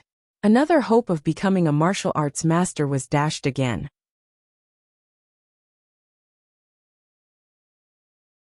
Chapter 95. As for Lu Rui's speed of learning Tai Chi, Li Yi already didn't know what words to use to describe it. It was because he had a heaven-defying cheating device that he was able to master it in a very short period of time. However, Lu Rui only needed to be taught twice and corrected a few movements before she was able to execute a near-standard Taiji fist. Although there were still some flaws, she was beautiful and tall. More importantly, she had a strong martial arts foundation. The movements she executed were much better than Li Yi's. This made Li Yi, who was standing at the side, sigh in his heart. These movements were indeed different when done by a woman. Whether it was practical or not, at least it looked extremely pleasing to the eye. Not long after, there was a knock on the door, which made Li Yi unable to enjoy it so peacefully. It didn't sound like Fong. The way he knocked on the door was much rougher than this. It also wasn't Lu Rui. When second miss came back, she never had to go through the trouble of knocking on the door. She could just fly in from outside. Li Yi walked over and opened the door. He saw two middle-aged men standing behind the door, their faces full of smiles. Seeing the two men, Li Yi was stunned for a moment. They looked familiar. He thought that he had seen them before. After thinking carefully, he remembered that it was last night. The two of them sent some eggs and mooncakes, and then he sent Xiao Huan away. As for their identity, it seemed that they were one of Lu's sister Rui's uncles. They belonged to the direct line of descent. Ever since the Lu clan settled down here, the two girls had quite a few uncles after a few generations of inheritance. It had to be said that the Lu family's ability to produce sons was not just for show. It was said that Lu Rui's grandfather had 5 brothers, and the 5 of them each had their own children, giving birth to a bunch of sons. They were Lu Rui and her sister's uncles. On the other hand, the direct line of descent was only passed down from Lu Rui's father's line. There were only 2 girls in the next generation. 4th uncle, 7th uncle, what's the matter? Although Lu Rui had never gotten along with these people, as juniors, she still had the necessary etiquette. Lu Rui walked over and bowed to the 2 of them. Let's talk inside, let's talk inside. Seeing that Li Yi and Lu Rui didn't seem to want to invite them in, the 2 of them laughed dryly. May I know why 4th uncle and 7th uncle have come this time? After a while, Lu Rui looked at the 2 of them and asked again. Most of these uncles weren't on good terms with her and her sister. Yesterday, the 2 of them had eagerly sent gifts over, which had already made her extremely surprised. Now that he had come to visit again, it seemed that he really did have something important to do. The 2 of them looked hesitant, but their eyes flashed with determination. They took out a few pieces of yellowed paper and placed them on the table in front of them. 4th uncle, what do you mean? Lu Rui looked at the things on the table and turned to look at him. Finally, a trace of doubt appeared in her beautiful eyes. When her father was still alive, the village was one, but when he had an accident, those uncles immediately wanted to separate from the family. The 2 sisters were still young at that time, and almost all the things that belonged to them were taken away. At that time, the other party didn't give them any face at all. Why did their temperament change now? The middle-aged man on the left said, Rui, what happened in the past was our fault. When we separated from the family, these land deeds should have belonged to you and Rui. You should accept them. 4th uncle, what do you want to say? Just say it. Of course, Lu Rui wouldn't think that they suddenly found their conscience and wanted to return the things that they had taken away. There must be a bigger plot for them to act like this. The middle-aged man hesitated for a while and said again, Since Rui said so, I'll say it directly. You know, these 2 years have not been good, and life at home has been really hard. In a few days, I'm afraid it will be difficult for us to even eat. Look, the sugar-coated haws made by the son-in-law are so popular. Can we? At this point, the middle-aged man's meaning was already very clear. Although the sugar-coated haws business was good, people only recognized the loose sugar-coated haws sold by Fong and the others. The business of other vendors was still bleak and pitiful.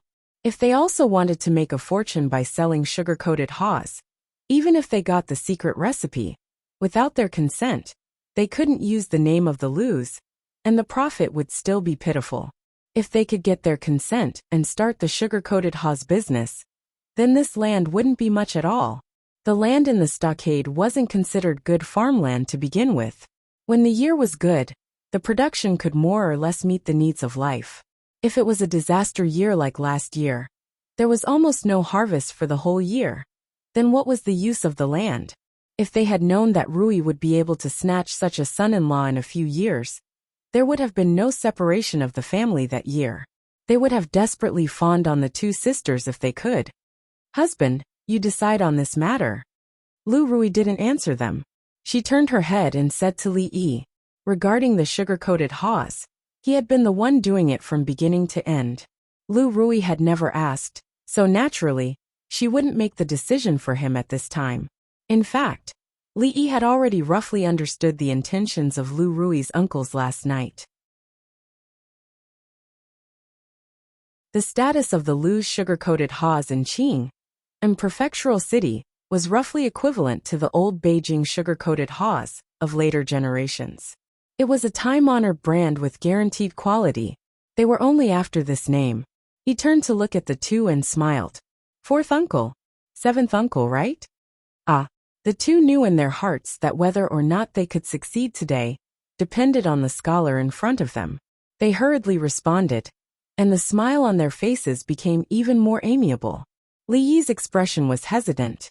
He revealed a thoughtful expression and said, "It's not impossible for you to use the Lu's name to sell sugar-coated haws. But what?" The two immediately asked. "But you can only do it in the form of an alliance," Li Yi said, looking at them. "What do you mean by an alliance?" The two looked at each other and asked Li Yi in confusion. Even Lu Rui's beautiful eyes showed a trace of doubt. It was clearly the first time she had heard of such a term. The meaning of an alliance is very simple.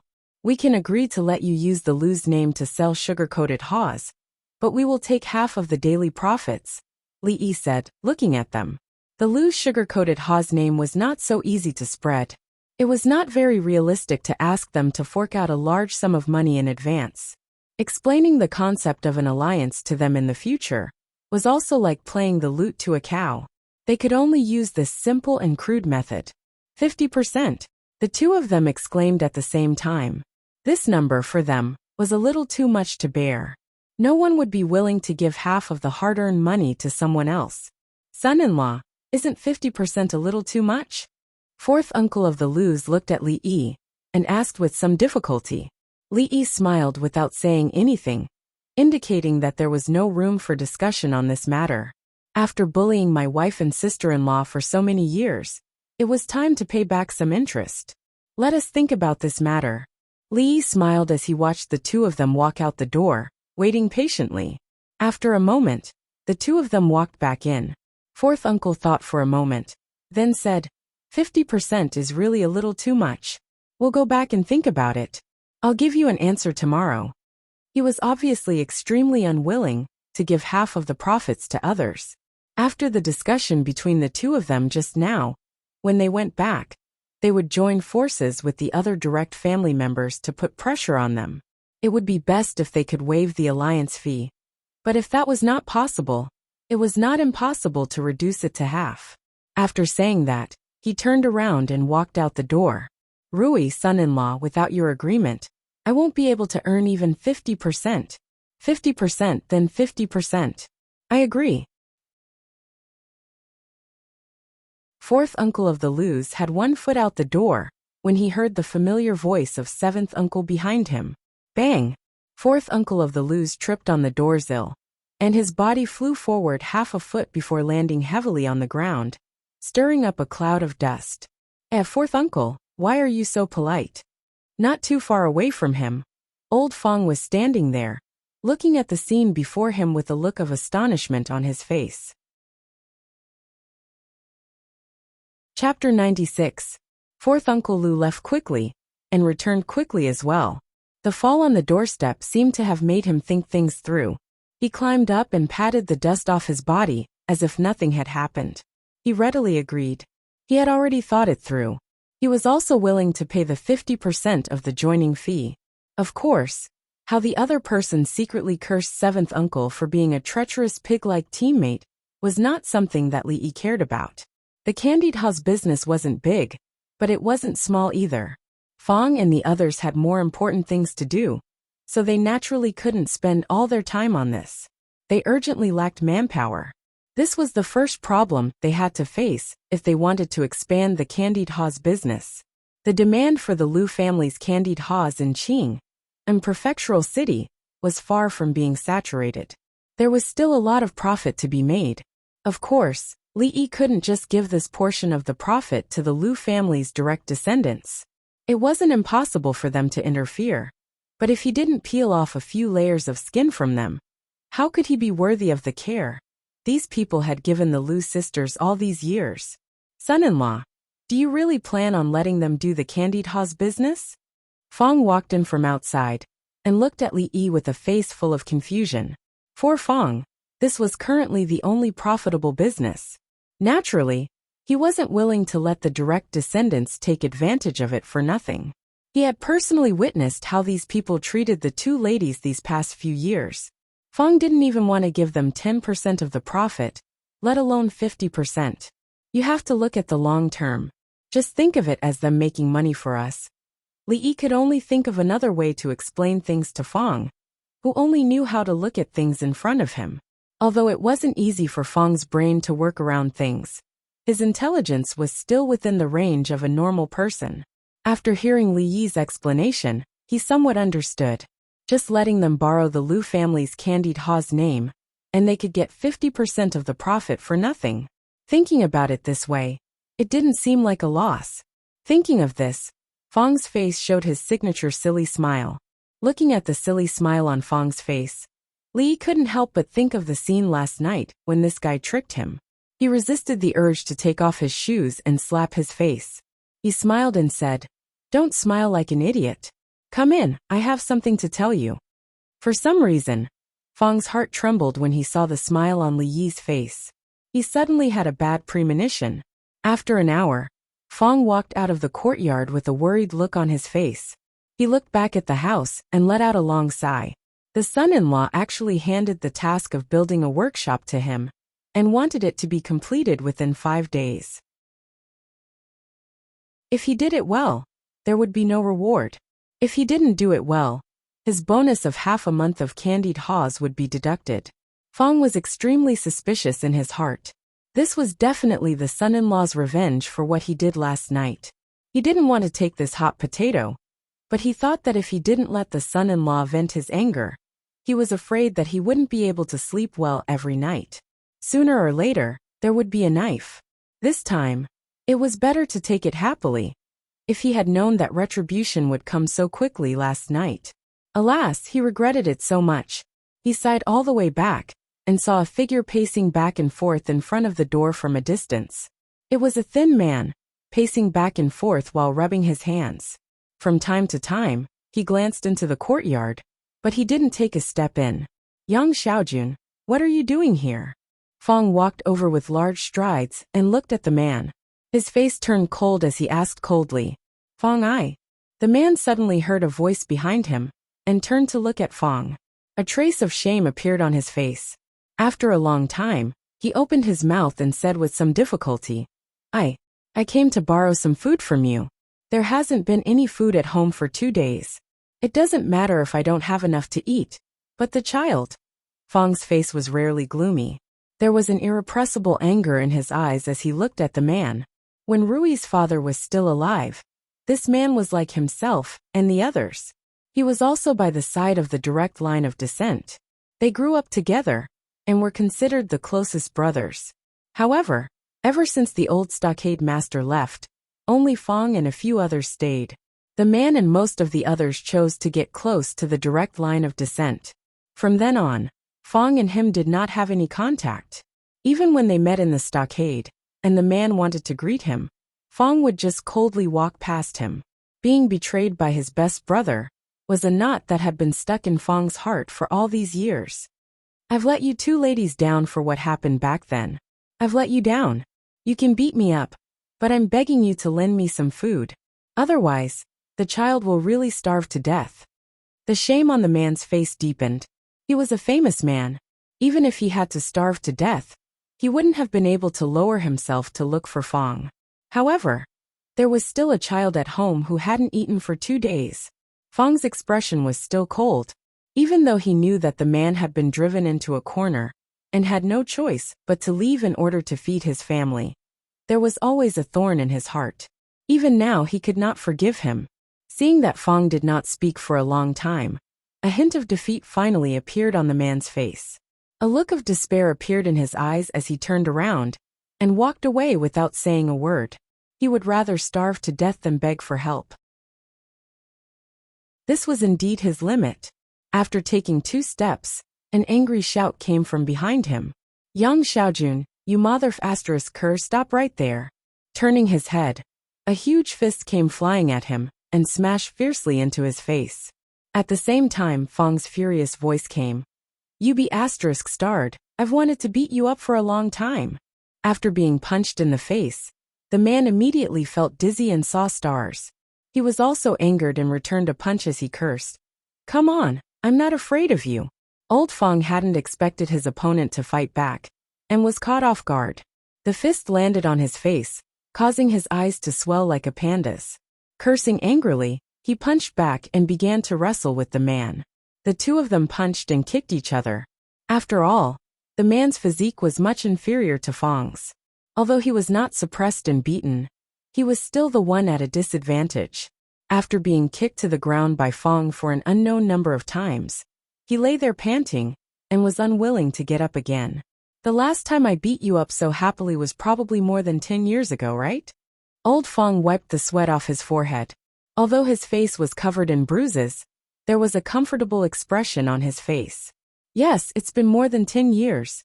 The man looked up at the sky as a trace of reminiscence appeared on his face. The reminiscence flashed on Fong's face. And then he kicked the man and said coldly, "If you're not dead, come in with me."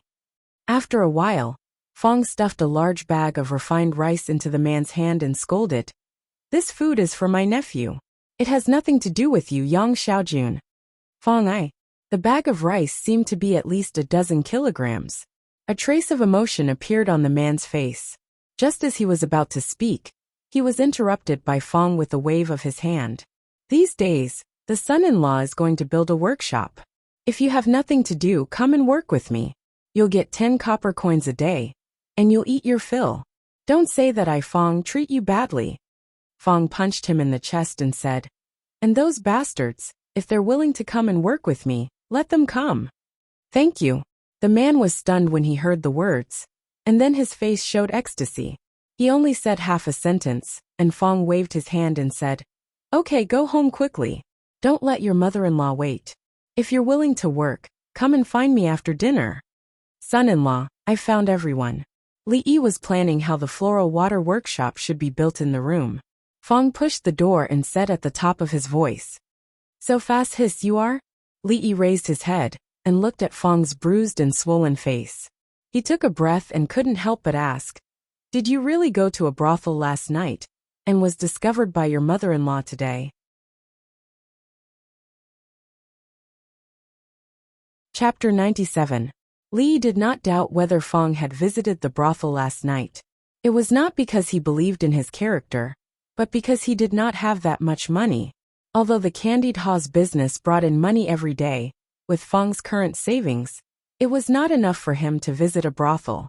That kind of brothel was a place where the rich went. Fong's wife was in charge of the money, and it was good enough that she could give him a few dozen copper coins as pocket money. If he went to that kind of place, he might not even be able to afford the cheapest girl.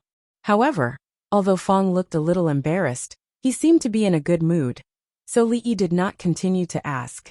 If this was the daily hobby of the couple in the bedroom, it would be a little awkward for an outsider to ask. The construction of the workshop was left to Fong and the others. These men were all experts in many aspects. They were good at farming, herding horses, building walls, and fighting. Except for some things that needed to be told in advance, Li did not need to worry about it. As for the location of the workshop, after a round of inspection by Li Yi and Fong, they had more or less decided on it. Considering safety and confidentiality, of course, the workshop could not be built in the stockade village. Using the distillation method to purify alcohol required open fire, and alcohol was flammable. If something happened and the stockade village was set on fire, it would be very lively. Of course, confidentiality was also a big part of the reason, whether it was the production of Rui dew or the distillation of alcohol. There was not much technical difficulty. If the confidentiality was not done well, and someone learned it secretly and spread it, then naturally, these two things could not be used to make money. Considering the transportation, water source, and many other factors, the location of the workshop was finally chosen to be outside the stockade village, next to a stream near the back mountain. The stream was not big, and there had never been a mountain flood for decades. It was convenient to get water, and it was very safe. He gave the finished drawing to Fong. He only needed to go and look at it every day, and he did not need to worry about other things. As a man who majored in engineering, although he did not specialize in civil engineering or architecture, things like drawing couldn't be more simple for Li Yi. The blueprint of the workshop was based on the workshop of the future. Only some minor changes were made according to the actual situation.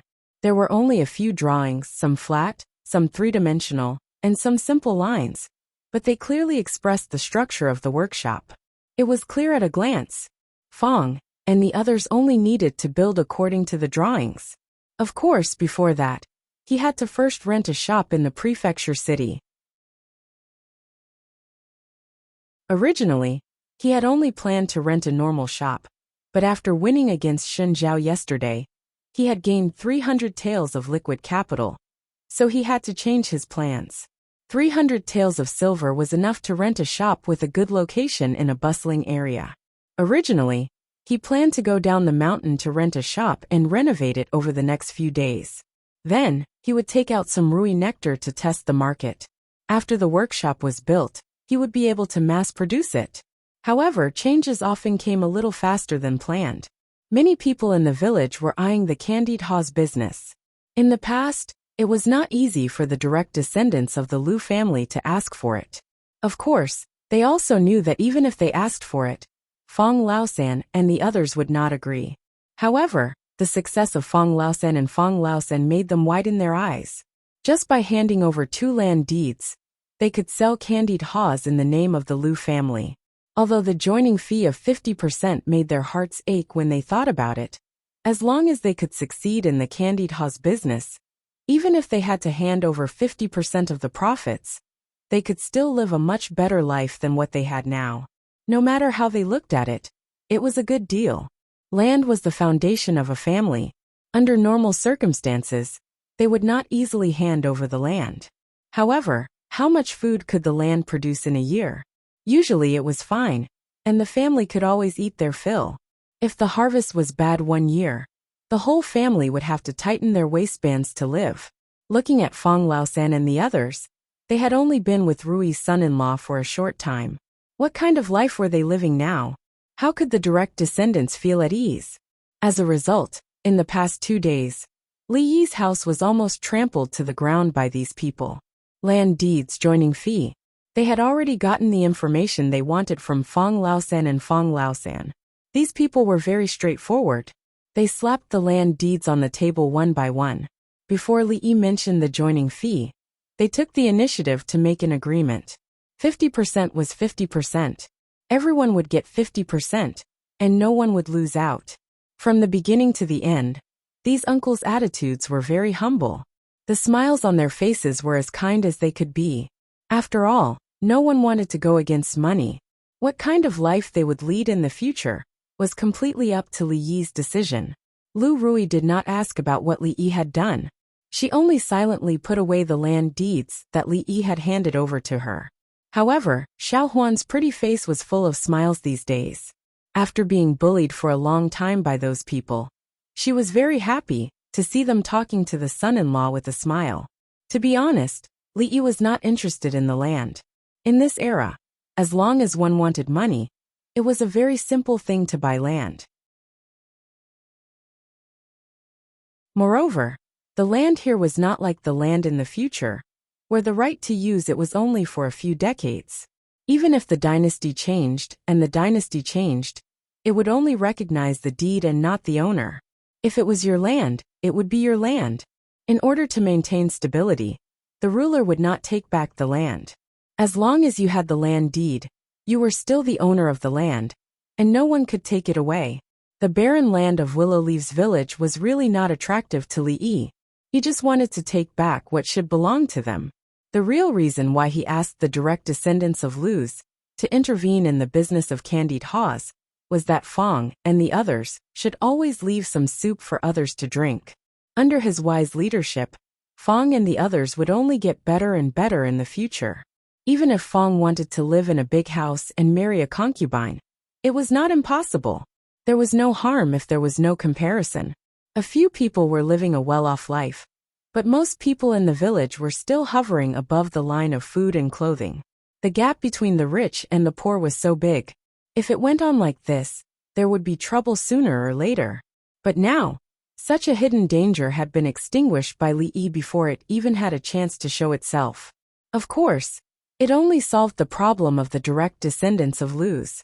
After all, most of the people in the village were the former bandits like Fong and the others. Their lives were even more difficult. However, for these people, being able to fill the stomachs of their families was already the greatest satisfaction they could get. This request was not too high. Even if Li did not mention it, Old Fong and the others would also think of helping out on a daily basis, so there would not be any major problems. Chapter 98. Brother, may I know where the nearest broker house is? On the busy street of Qing'an Prefecture, the handsome scholar stopped a passing man. He cupped his hands in obeisance and said with a smile. The man cupped his hands in obeisance and said with a smile, "Go straight ahead for about half a mile, cross a street, and then turn left. After crossing 2 streets, you will see a marketplace." "Is the broker house in the marketplace?" The handsome scholar looked at him and asked. No, there are many people in the marketplace. Brother, you can ask someone there. Someone should know where the broker house is." The man smiled and turned away with a calm face. Looking at the back of the man leaving, Li forced a smile on his face and felt like thousands of horses were galloping in his heart. He was not in a hurry to ask the broker. He was a little tired after walking all the way down the mountain. He rested for a while at a tea stall on the side of the street, wondering if he should buy a carriage. The distance between Willowleaf Village and Qing, and prefectural city, was more than 20 miles.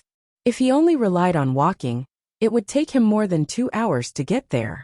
However, it seemed that it was useless to buy a carriage. Some mountain roads were rugged and inconvenient, so a carriage couldn't pass. No wonder Willow Village was so poor before he came. They didn't even understand the principle of to get rich, build roads first. They guarded a few acres of barren land and lived in isolation for decades. It would be strange if they could get rich. After drinking a cup of tea to quench his thirst, he asked the tea stall owner. He didn't expect that the owner really knew where the broker house was, and enthusiastically pointed out the direction for Li. The broker house in this era was equivalent to the 58 cities in the future. Renting houses, buying and selling maids and servants were all within the scope of the business of the broker house. In the broker house, there was no need to worry about encountering illegal agents, because all the brokers were registered by the government and had a certificate. Once someone complained about them, they would be sued. According to the tea stall owner's guidance, Li soon found the broker house. As soon as he entered the gate, several people surrounded him. "Master, do you want to rent a house or buy maids?" "Master, I grew up in the prefecture and am very familiar with this place. No matter what you want, I'm sure you will be satisfied." "Master." The guys in the broker house were all very enthusiastic. This scene was a little similar to the time when Li Xian took him to the brothel last time. However, it was no wonder that they were so enthusiastic. In this line of work, how much they earned depended entirely on their performance.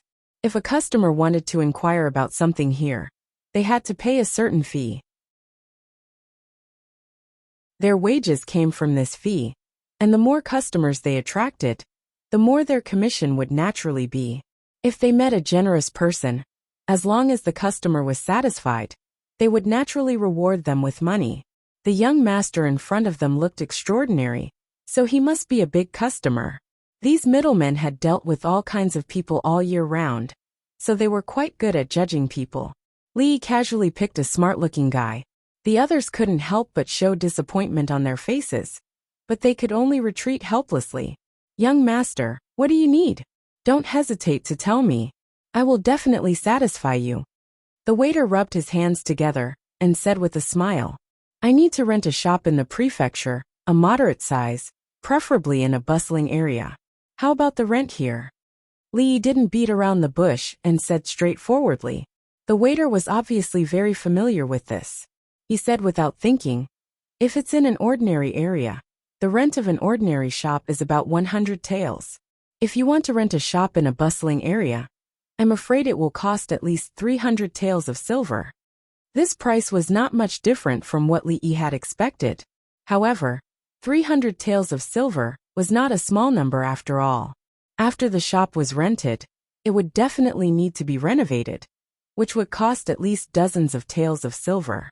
In this way, there would not be enough money to buy the raw materials for making ruidu. 300 taels of silver is a little expensive. Li smiled, took out a piece of broken silver from his arms, and put it on the table in front of the waiter. The broken silver was at least 1 tael. Seeing this, the waiter's eyes suddenly lit up. He swept his sleeve across the table, and the silver disappeared. When he looked at Li again, the smile on his face became even more radiant. "Young master, you have found the right person this time. I just happen to know of a shop in a bustling area that is urgently for sale. The price is about 20% lower than the market price.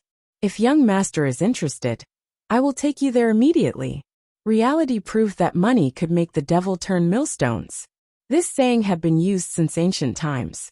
Most things in the world could be solved with money. If it couldn't, then it meant that the money you gave was not enough. 1 tael of silver was enough to make the waiter's attitude become extremely enthusiastic. He immediately took Li to see the shop. The location of the shop was not bad.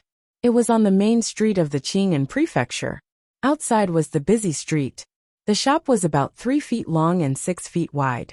It could be considered spacious. More importantly, there was a small courtyard and 2 rooms at the back of the shop. According to the waiter, the family that originally did business here moved to the capital after their business became big, and the shop was left empty. However, this shop was located in the bustling area of the prefecture. If it was left empty, it would be too much of a waste. Therefore, they asked the broker to rent it out for them. Because they left in a hurry, the rent was much lower. As for the courtyard and rooms at the back of the shop, they were also given to them for free. After looking at the shop and the courtyard behind it, Li started to feel uneasy.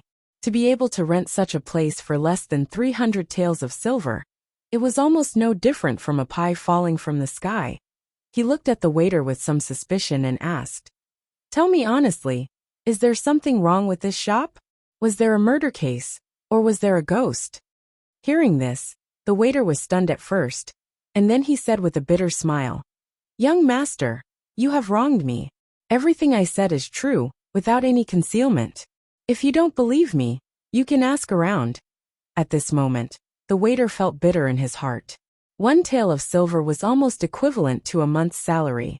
If it wasn't for the fact that this young master had been so generous, he definitely wouldn't have mentioned such a good thing so easily. Forget it. Li waved his hand.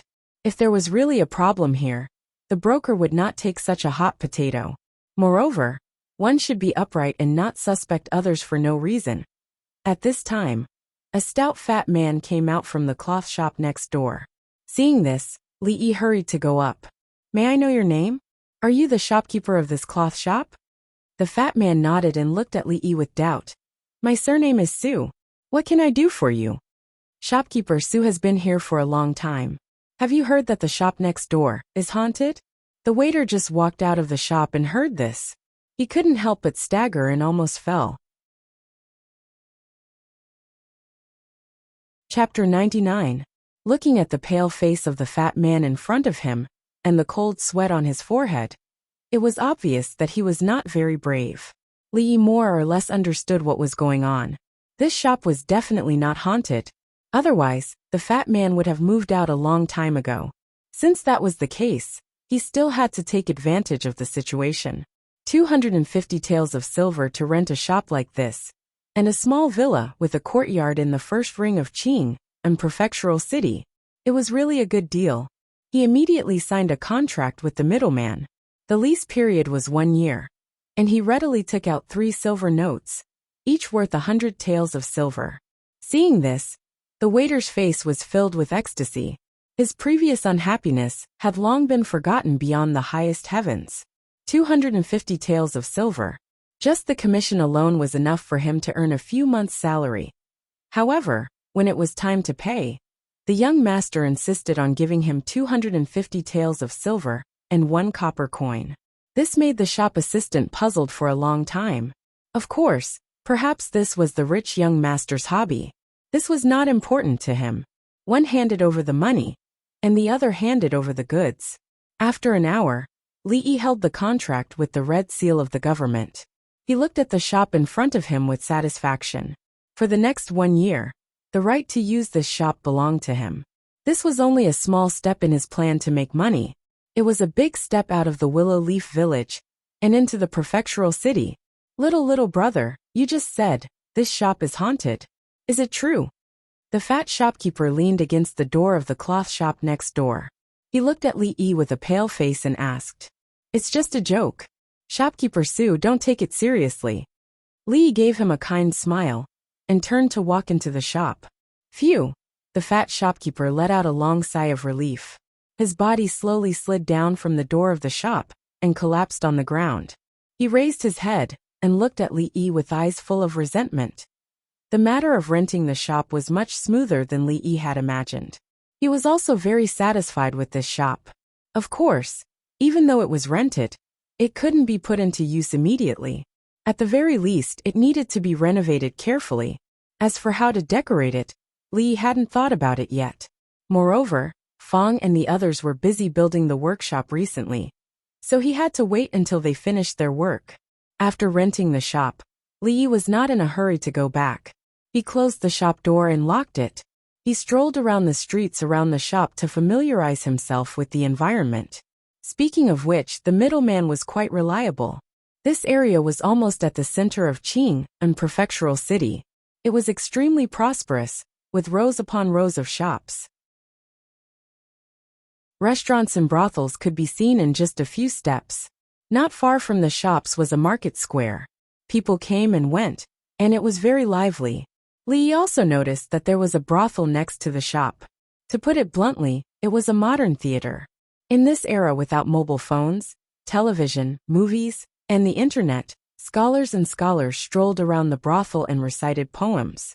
This was the most common form of entertainment. As for ordinary people, they could only listen to storytelling and plays. The brothel was the main performance venue for these entertainment programs. In the future, if he was bored, he could often go there to sit, drink a cup of tea, and listen to a few tunes to kill time. This was not a bad idea. Of course, the current him didn't have the leisure to do so. Brother Lu, look, isn't that the person from that day? When Li passed by a brothel, 3 young men happened to walk out. One of them raised his head and looked at the figure in front of him. His expression was startled. Then he immediately pointed at him and said to the person beside him, "Yes, Brother Lu.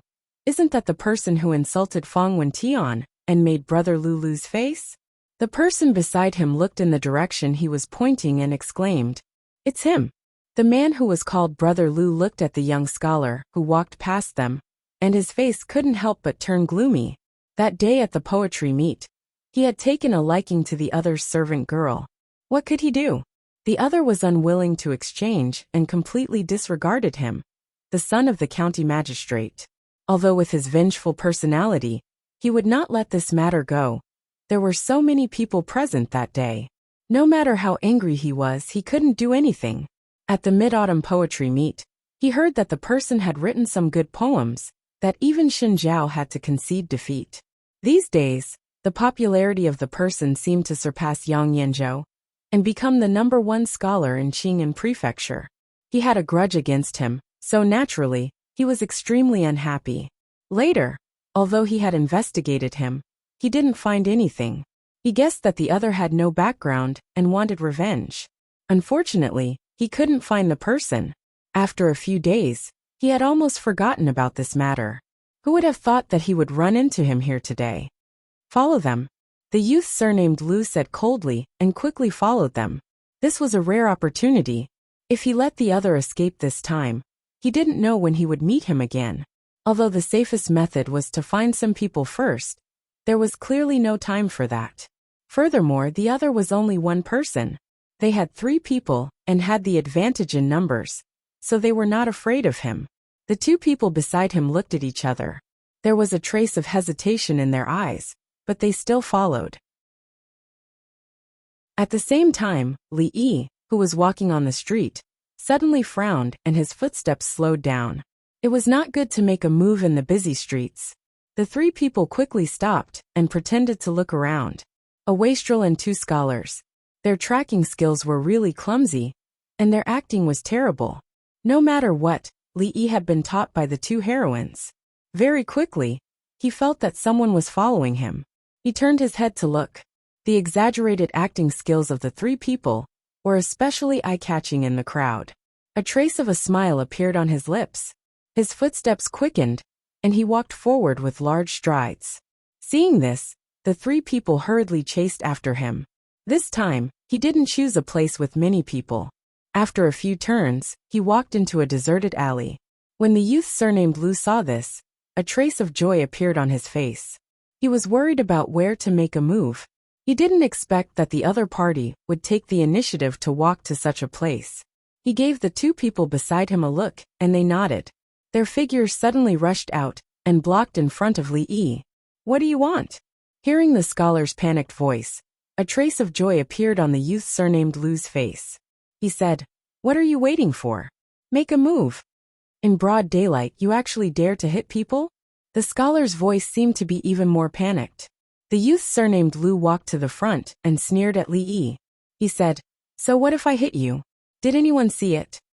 When the youth surnamed Lu said this, the 3 people saw the scholar's expression freeze for a moment.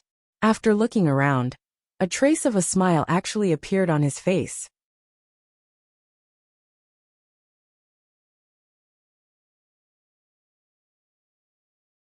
Chapter 100.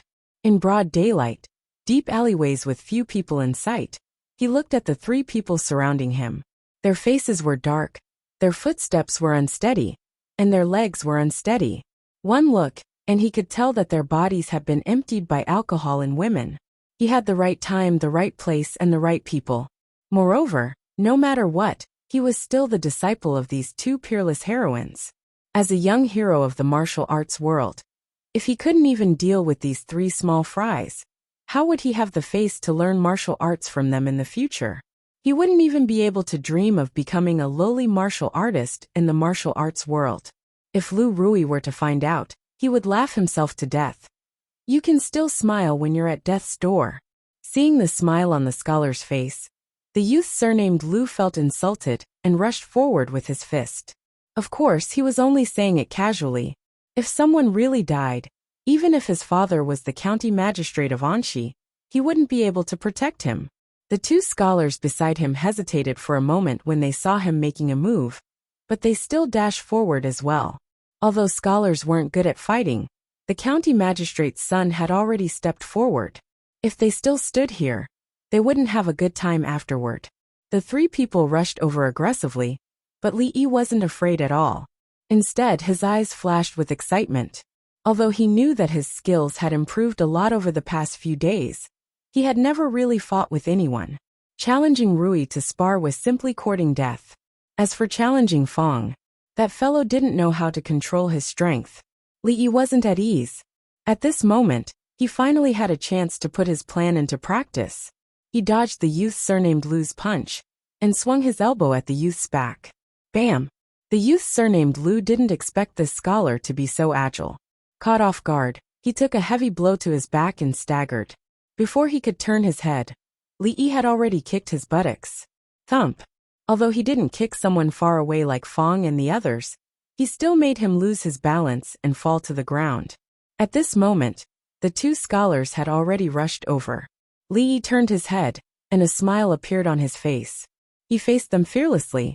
After a while, Don't come over. Including the youth surnamed Lu. The three with bruised and swollen faces looked at the scholar, who was slowly walking towards them with a trembling voice. Li rubbed his slightly aching fist.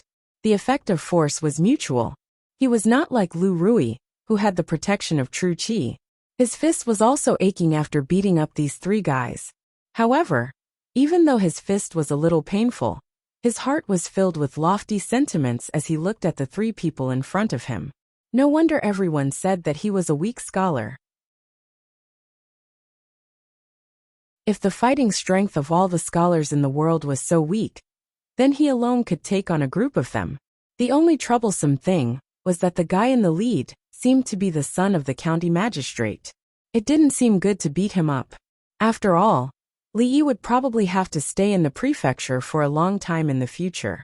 It wasn't a wise thing to make enemies with this kind of person. However, since the enmity had already been formed, it was useless to regret it now. If there was no other way, he could only look for Li Xian and give him 2 poems to deceive little girls. Based on his character, he would probably agree immediately.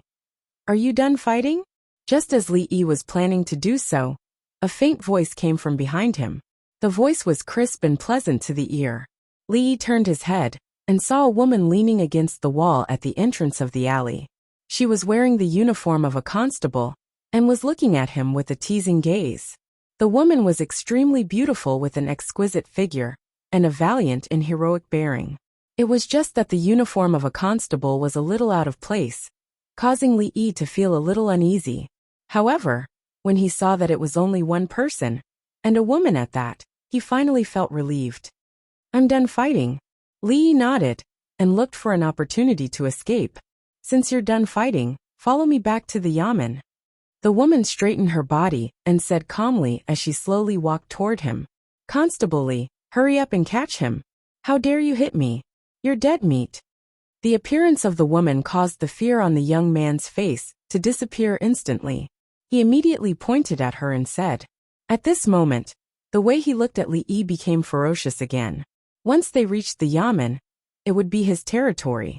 Although his father had explicitly forbidden him from using his identity as the son of the county magistrate to bully others, none of the constables dared to disrespect him. Once they reached the yamen, all he needed to do was say the word, and this guy would be in for a beating. The woman walked in front of the three and said calmly, The 3 of you, follow me back. What? The young man was stunned and asked in disbelief. You want to catch us too? Fighting in the street. Why don't you catch us? Looking at her expressionless words, the young man was stunned for a moment. Then, his face was filled with grief and indignation. How did they fight? They were obviously being beaten. Didn't they see that they were the ones being beaten? Are you blind? Is there any law? Of course, he would not dare to ask such a question, even if he was given 10 guts. After all, although the woman in front of him was only a constable in the yamen, which constable would talk to the county magistrate with caution?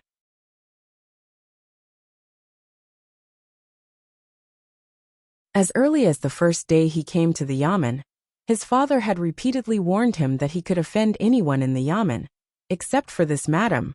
If it were any other constable, he would have already scolded them. But at this moment, he could only endure the grievance in his heart. His eyes inadvertently glanced around and saw that the scholar who beat them just now was about to slip out of the alley. His expression immediately changed, and he pointed at him. He's running away. When the female constable turned around, she saw the figure of the scholar just now disappear from the alley. The corner of her mouth curled up slightly. After taking a big detour, Li could not help but sigh in his heart when he reached the street again. The constables here were really competent. Every time something happened, they could arrive in time. If the efficiency of the police in the future was half as good as theirs, how harmonious and stable would society be? But fortunately, the constable just now was only a woman. Otherwise, he really would not be able to escape today. A woman should stay at home and do embroidery. Why did she come out to be a constable? Would she be able to get married in the future? Why don't you take a detour? Before Li Yi had time to think about whether the female constable would be able to get married or not, he suddenly heard a slightly familiar voice behind him. His face slightly stiffened and the next moment, he broke into a run without hesitation. Whoosh! A beautiful figure fell from the sky and landed gracefully in front of him, blocking his way. Looking at the woman in front of him, who was looking at him with a playful expression, Li Yi's face became a little bitter. I'm doomed. I didn't expect this female constable to be a master.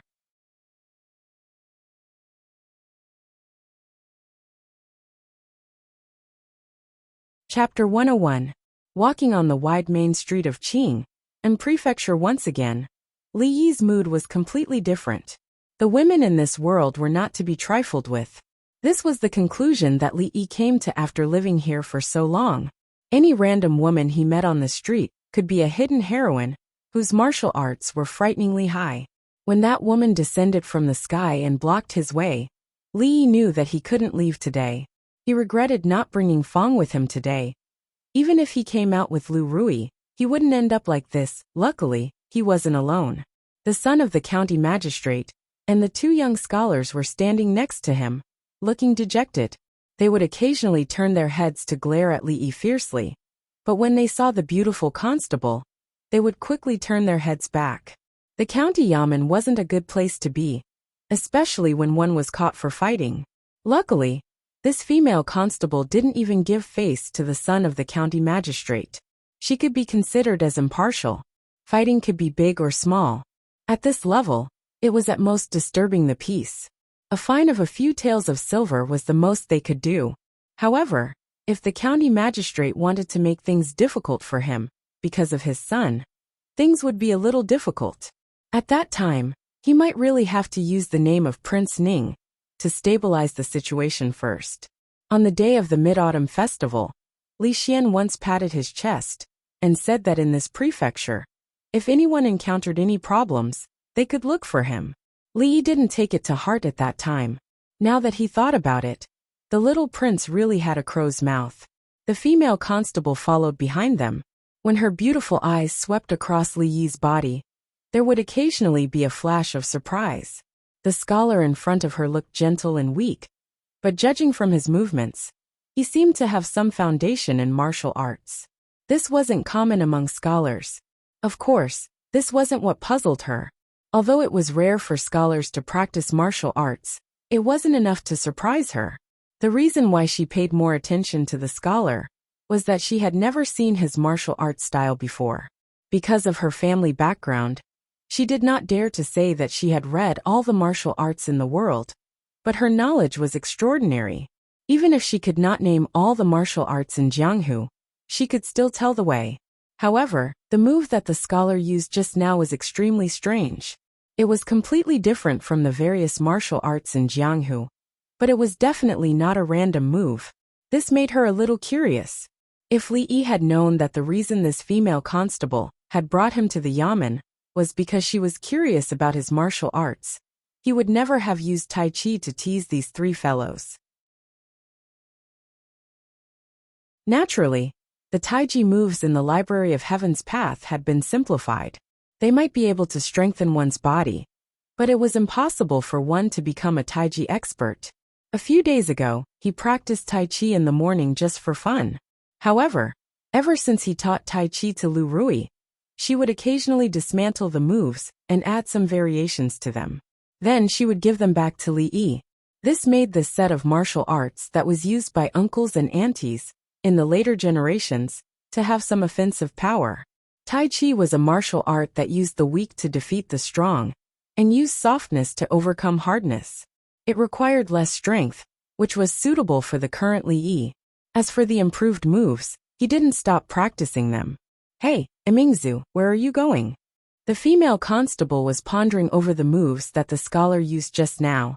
At this moment, a voice suddenly came from behind her. The young and handsome man caught up from behind and asked her with a smile. The woman frowned and said, "Back to the yamen." She didn't hear anything for a long time. Seeing that the other party wasn't pestering her like before, she was puzzled. When she looked up, she found that the young man was staring straight ahead. A hint of surprise appeared on his face. He quickly walked to the scholar and said, "Why are you here? How do they know each other?" Seeing this scene, a hint of confusion appeared on the woman's pretty face. Li Yi had never felt like this before. The face of the young prince, Li Xian, was so amiable. You know each other? He pointed at the female constable and looked at Li Xian with anticipation. Yes. Li Xian looked at him and asked with some confusion. When did you and my cousin know each other? Cousin? Li Yi was finally relieved. They were all from the old Li family, so the distance between them had been greatly shortened. However, since she was Li Xian's cousin, she was also from the royal family. But how could a member of the royal family be a constable? Are you done? If you are, then follow me back to the yamen. The confusion on the female constable's face disappeared in a flash. Then she resumed her indifferent expression. Back to the yamen? Li Xian was stunned. He turned to look at her and asked, what crime did he commit? It's a misunderstanding. It's all a misunderstanding. As soon as Li Yi opened his mouth, the female constable waved her hand. Don't talk nonsense. If you have anything to say, we can talk back to the yamen. Li Xian looked at her, then turned back to look at Li Yi. Whether it was because of their personal relationship or some other reason, he could not sit back and do nothing about what happened today. He quickly walked over and whispered a few words into the woman's ear. The female constable frowned at first, but after a while, her brows relaxed and she looked at Li Yi in surprise. Aunt's chronic illness was cured by the person in front of her. She did not want to make things difficult for him. By bringing him back to the yamen, she could ignore Li Xian's reputation, but she still had to consider Uncle Wang's. As she pondered, there was a sudden commotion in the crowd in front of her. This silver is mine. Nonsense, it's obviously mine. The faint sound of two people arguing could be heard. Someone in the crowd glanced over and suddenly shouted, There's a constable over there. Let the constable be the judge. Yes, let the constable be the judge. When they saw a person dressed in a constable's uniform, there was a commotion in the crowd, and they immediately rushed over. A few men who had been following Li Xian from afar looked at each other and immediately walked over. They spread out around him and paid attention to any movements in their surroundings. Lord Constable, you have to uphold justice for this lowly one. A man dressed in coarse cloth grabbed the arm of a scholarly man and walked over to the woman's side as he pleaded. What exactly happened? The female constable asked with a frown. My lord, this lowly one was eating noodles at the noodle stall and accidentally dropped the silver on the ground. This person picked it up, and when this lowly one discovered it, I asked him to return it. However, he insisted that the silver was his to begin with. The man looked anxious. My mother is seriously ill, and this is money for her to buy medicine to save her life. We can't lose it. What a load of nonsense. The scholarly man glanced at the man and said, This silver is clearly mine. Don't you dare try to extort me, you scoundrel. After the two of them spoke, the surrounding crowd chimed in one after another. Some agreed with the man, while others stood on the scholarly man's side. The woman rubbed the space between her brows as she listened to the crowd's chatter. She couldn't help but feel a headache coming on. She didn't know which of the two men was telling the truth, but this matter was really hard to determine. Catching a thief was more like it, but solving a case wasn't something she was good at. Miss, why don't we make a deal? At that moment, a weak voice was heard from beside her.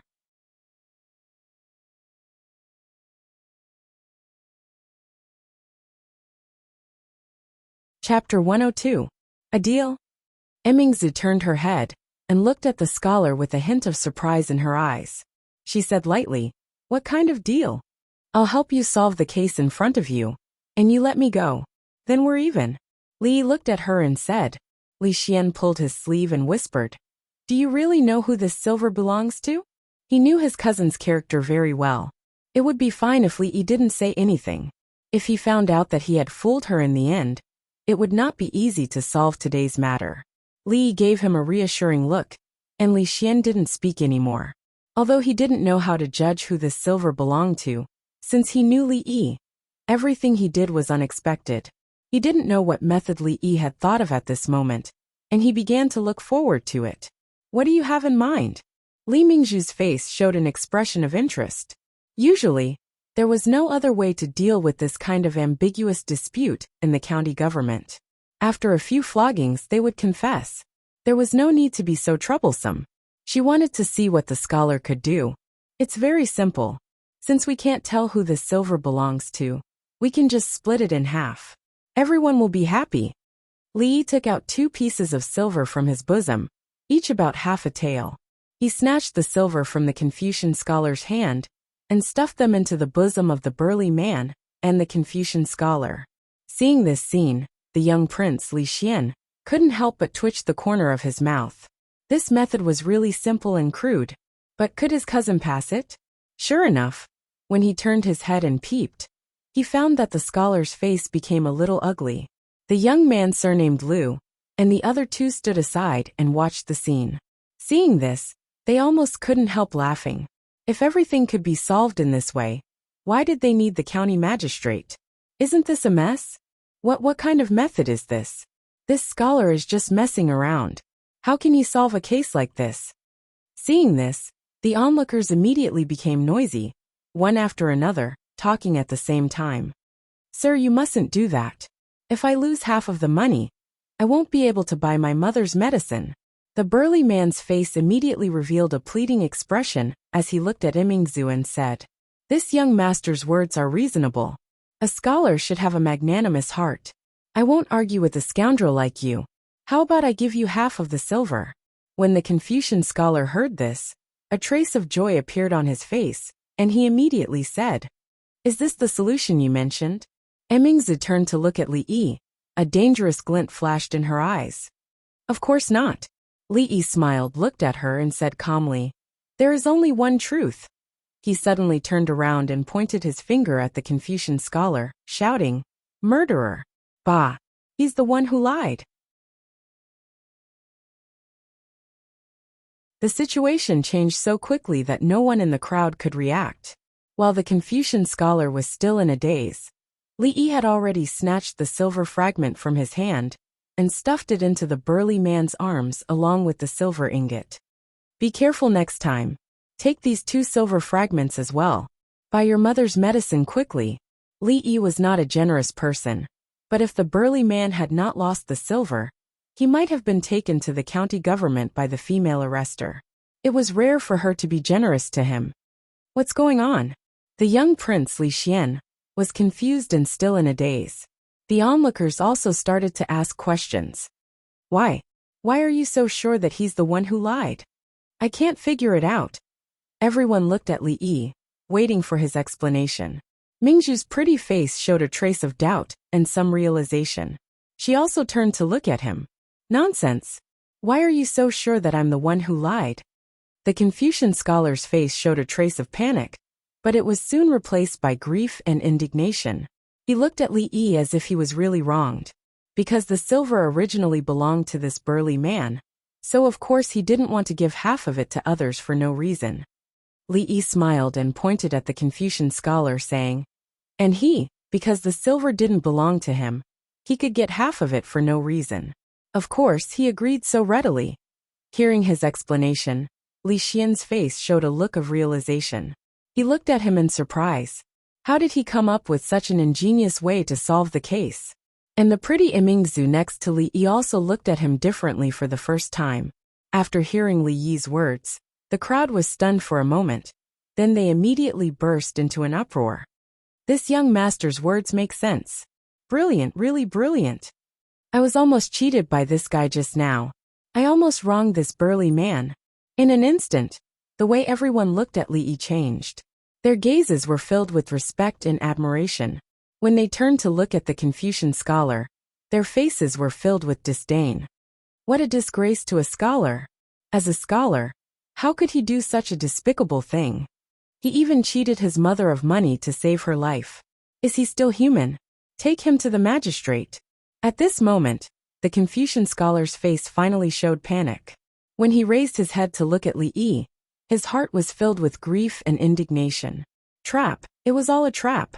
So the other party had set a trap for him from the beginning, waiting for him to fall into it. But at this moment, he naturally couldn't admit it. With a wronged expression, he said loudly, "This is just your deduction.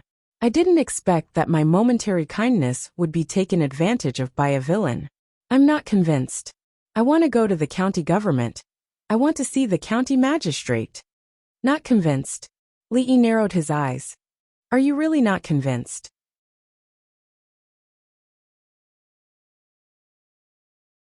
I'm not convinced. The Confucian scholar raised his head and looked at him with a trace of resentment in his eyes. Smack! Li slapped his head. Are you convinced? The Confucian scholar didn't expect that this scholar would dare to hit him on the street. He was stunned. When he came to his senses, he pointed at him with a trembling finger. You, how dare you hit me? So what if I hit you? Li frowned and slapped him again. Are you convinced? No. Are you convinced? Ouch. I'm not convinced even if you beat me to death. Seeing Li slap the Confucian scholar's head again, the crowd was stunned on the spot. The corner of young Prince Li Xian's mouth twitched again. As for the young man with the surname Lu and the other two, they seemed to have thought of something bad, and their faces all darkened. On the other hand, the female constable crossed her arms and looked at the scene with interest. She didn't seem to want to stop it at all. Are you convinced? After countless slaps, even his hands were a little numb. The Confucian scholar finally couldn't take it anymore. Stop hitting me. I'm convinced. I picked up the silver on the street. At this moment, the Confucian scholar only felt that his head was getting bigger, and he was dizzy. With tears in his eyes, he said, I lost all my money in the gambling house this morning. When I passed by that man, I saw the silver fall from his arms, so I got the idea. Please stop hitting me. Seeing that the Confucian scholar finally admitted it, Li let out a long sigh of relief and withdrew his hand. He straightened his body and looked at the female constable with a smile. Look, he admitted it.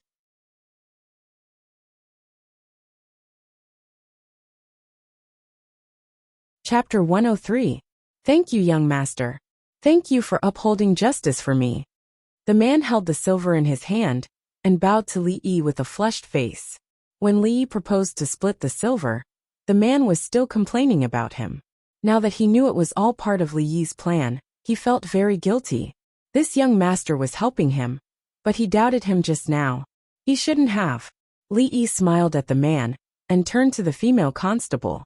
He cupped his hands and said, The case has been solved. I'll take my leave now. Just as he was about to walk out of the crowd, he saw the woman suddenly reach out to grab him. Li was startled. His feet curved in an arc. Just as the woman's hand was about to grab him, he used a push hand, causing her wrist to turn at an angle. Naturally, this grab missed. After personally experiencing this strange martial art, a look of astonishment appeared on the woman's face once again. You didn't keep your promise. Li took the opportunity to take a step back and pointed at her angrily. When did I say that I would let you go? The woman looked at him and said indifferently, Just now you.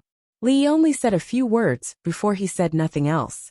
After thinking for a while, he realized that she really didn't say that. Boss, what happened? A few constables ran over from afar. When they saw the county magistrate's son standing there with a swollen face, they were shocked and turned to ask the woman, Bring them back to the yamen. The female constable pointed at the young man with the surname Lu, and the other two. Then, she pointed at the Confucian scholar, who was still standing at the side with his hands on his head.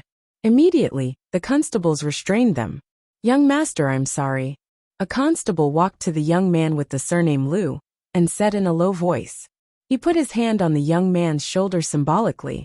Compared to the county magistrate's son, he was obviously more unwilling to provoke the female constable. Seeing that she didn't point at Li, the young man with the surname Lu widened his eyes and said with great grief and indignation, Where is he? The female constable ignored him and said indifferently, Take him away. Yes. Although the constables didn't know what happened, they still responded respectfully and escorted the few people to the yamen. This is not fair. You're condoning and shielding. Is there still any law? The voice of the youth surnamed Lu gradually faded away. The female constable glanced at Li but didn't say anything else. She turned around and left in a carefree manner. He turned around and said to Li Xian, Thank you very much for what you did today. Seeing that the powerful woman had left, Li finally let out a sigh of relief. He turned around and cupped his hands towards Li Xian. He was a little impulsive today. If he hadn't met Li Xian, he would have been in trouble. Darn it. Li Xian smiled and suddenly said, "However, if you feel that you owe me a favor and feel bad about it, why don't you give me a few poems? Li Li Li Yu Xian Li Li King Yu Li Li, Li Li Li of." Li Li Xian said, Li Li Xian Li Li. But if you feel bad about owing me a favor, why don't you give me a few poems? Li Xian shook his head. Li Yi was stunned. What do you mean by the Jing Kingdom's #1 scholar? The young prince Li Xian looked around. Seeing that the crowd hadn't dispersed, he said, "This isn't a good place to talk. Let's find a quiet place and talk while we drink." Hearing Li Xian's words, the expressions of the people scattered around him changed. After a while, in a restaurant in Qing'an Prefecture, in a private room, Li Xian looked at Li Yi in surprise and asked, "You really don't know?" Li Yi drank a cup of tea to moisten his throat and replied, "I really don't know." He really didn't know when he became the #1 scholar of the Jing Kingdom that Li Xian mentioned. That immortal of the Magpie Bridge. Was it really written by you? Li Xian asked again. "Brother Xiaoyu, please forgive me, please forgive me." Li Yi prayed in his heart and nodded shamelessly. "You really can't judge a book by its cover. I didn't think that your literary talent would be so high." Li Xian looked at him with a different expression. Although the title of Jing Kingdom's #1 scholar was only known in Qing'an Prefecture and hadn't been recognized by all the scholars in the world, to be able to make those old men act like this, it was already extremely impressive. After all, even though he was a young prince, he had only received the evaluation of rotten wood cannot be carved from them. Thinking about how this fellow could receive such an evaluation from those arrogant old men, he couldn't help but feel a little indignant. "So what if I'm rotten wood? Did I beg you to carve me? You're really crazy." Of course, these words could only be said in his heart, and he absolutely didn't dare to say it out loud. "What do you mean by you can't judge a book by its cover?" Li Yi looked at Li Xian with a strange expression. Did he even know how to converse? Moreover, although he missed that face that he had seen for 20 years, he had to admit that in terms of appearance, the current one was still a little better. Even if it was Li Xian himself, he wouldn't dare to say that he was more handsome than him, right? Among the women who invited you that day, there were famous courtesans from Qing'an Prefecture, Emingzu from the rich and powerful families, and even the daughter of the prefectural magistrate. After that night, who knows how many famous courtesans from the brothels said that they were willing to sleep with you. As he spoke, the young Prince Li Xian's face was full of envy. Li Yi's expression was a little dazed. Did this mean that if he went to sleep with him, he wouldn't have to pay if he went to the brothels in the future? He looked up at the opposite side and got a positive answer from Li Xian's face. In that case, he didn't have to work hard to sell candied haws, floral water, and so on. Now he could sell autographs and portraits to make money. If a poem was written on the portrait, the price might even be doubled. This was a business that was almost guaranteed to be profitable. As he thought of this, the scene of being surrounded by women that day suddenly appeared in his mind. The expression on Li Yi's face froze, and he immediately dispelled this idea. One shouldn't be too ambitious. It was better to do business down to earth and be a quiet and handsome man. Tell me, when will my cousin treat me like those women treat you? How good would that be? Li Xian seemed to have triggered something in his heart. He showed a look of longing and muttered to himself. Li suddenly looked up at him and couldn't believe his ears. Cousin? That female constable just now? Li Xian, this guy actually likes his cousin? At this moment, his mind had automatically filled in the scenes of a vigorous moral drama. When he looked at him again, the expression in Li Yi's eyes changed for the first time. It was as if he was looking at a beast. An ill-fated relationship.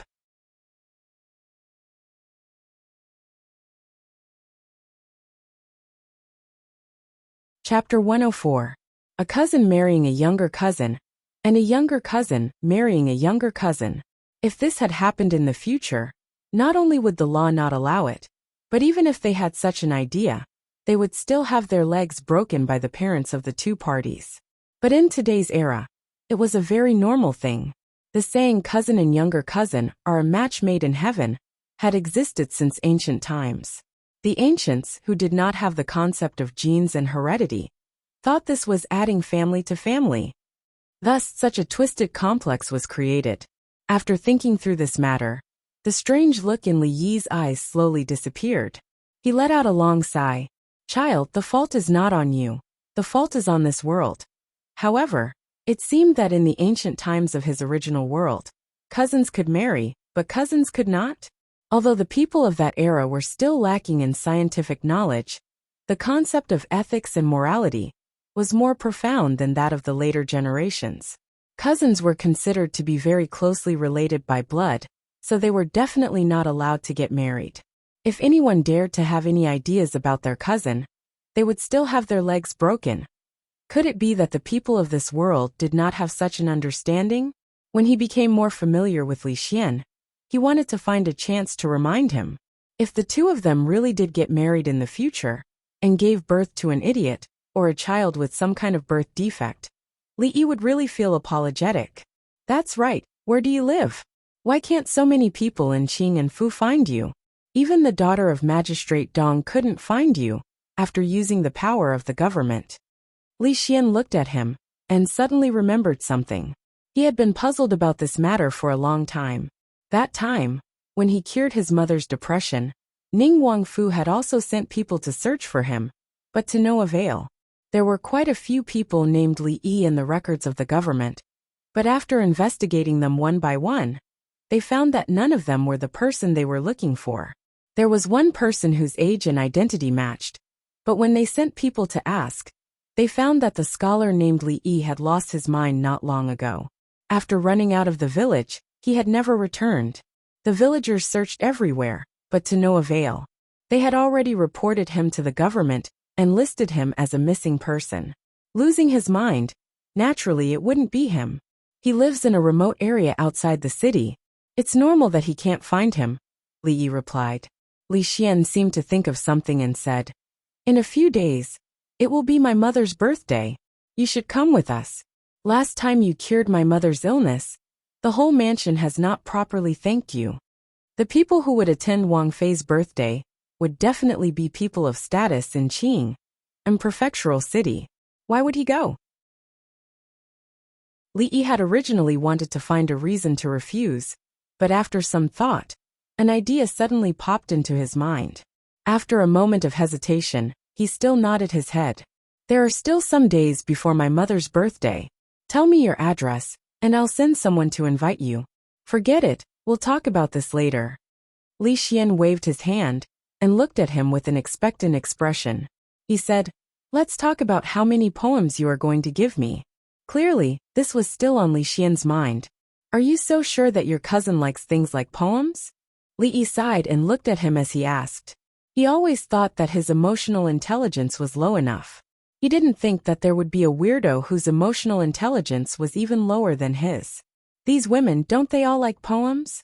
Li Xian raised his head to look at him, and asked with a stunned expression. Those so-called scholars in Qing, a prefectural city, often used a few poems to trick the hearts of those women.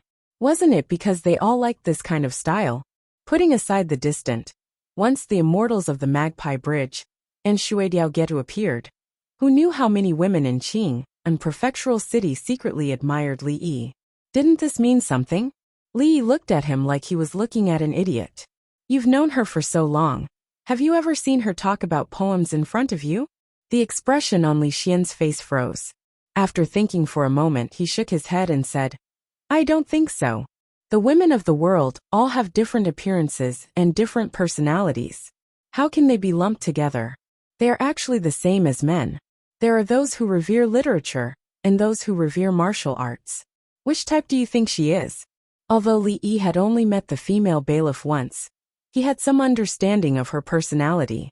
Her martial arts were so high that she was probably the same type Rui and Rui. Those who revere martial arts usually look down on scholars who didn't even have the strength to truss a chicken. She was far from those young ladies of noble families who could win their hearts with just a few words of romance. On the other side, after hearing Li Yi's words, Li Xian's expression had become serious. He seemed to have sunk into deep thought. Li stood up and patted his shoulder. When pursuing a woman, you can't be too hasty. First, you need to understand her likes and dislikes. Acting rashly will only produce the opposite of the desired result. As the words left his mouth, he felt that something was amiss. Was he teaching Li Xian how to woo a woman? Woo his cousin? In that case, he was actually helping him in his sin? At this moment, Li Xian's face revealed a look of realization. When he looked at Li Yi again, his expression had changed considerably. He cupped his hands and said, "Listening to a wise man's words is better than reading books for 10 years. You are the true expert in this field. I should have known that you would be able to conquer such a beautiful wife's younger sister. Admirable, admirable." Li Yi's expression darkened again. He felt that he could no longer continue the conversation with this fellow.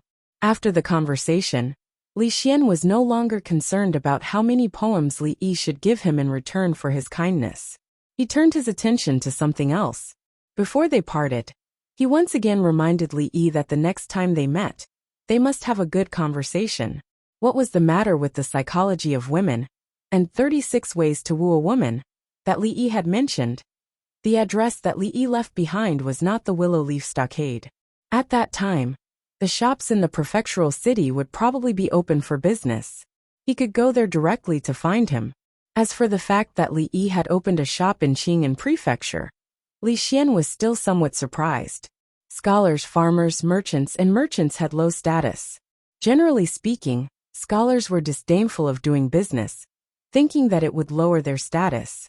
Many high officials and nobles were like Ning Wangfu. Although they also had business outside, they would never stand in the open and cooperate with those merchants. They would leave the public matters to them. However, he knew Li Yi's way of doing things. He had never been able to figure out Li Yi's way of doing things. He didn't seem like an orthodox scholar at all. If not for that, Li Xian might not have been interested in him in the first place. Of course, as for the Rui Du, that he had never heard of, Li Xian also had a strong curiosity in his heart. That strange painting and sugar-coated haws, the things that he made were always unusual. He didn't know what the Rui Du was. When the time came, he must see it.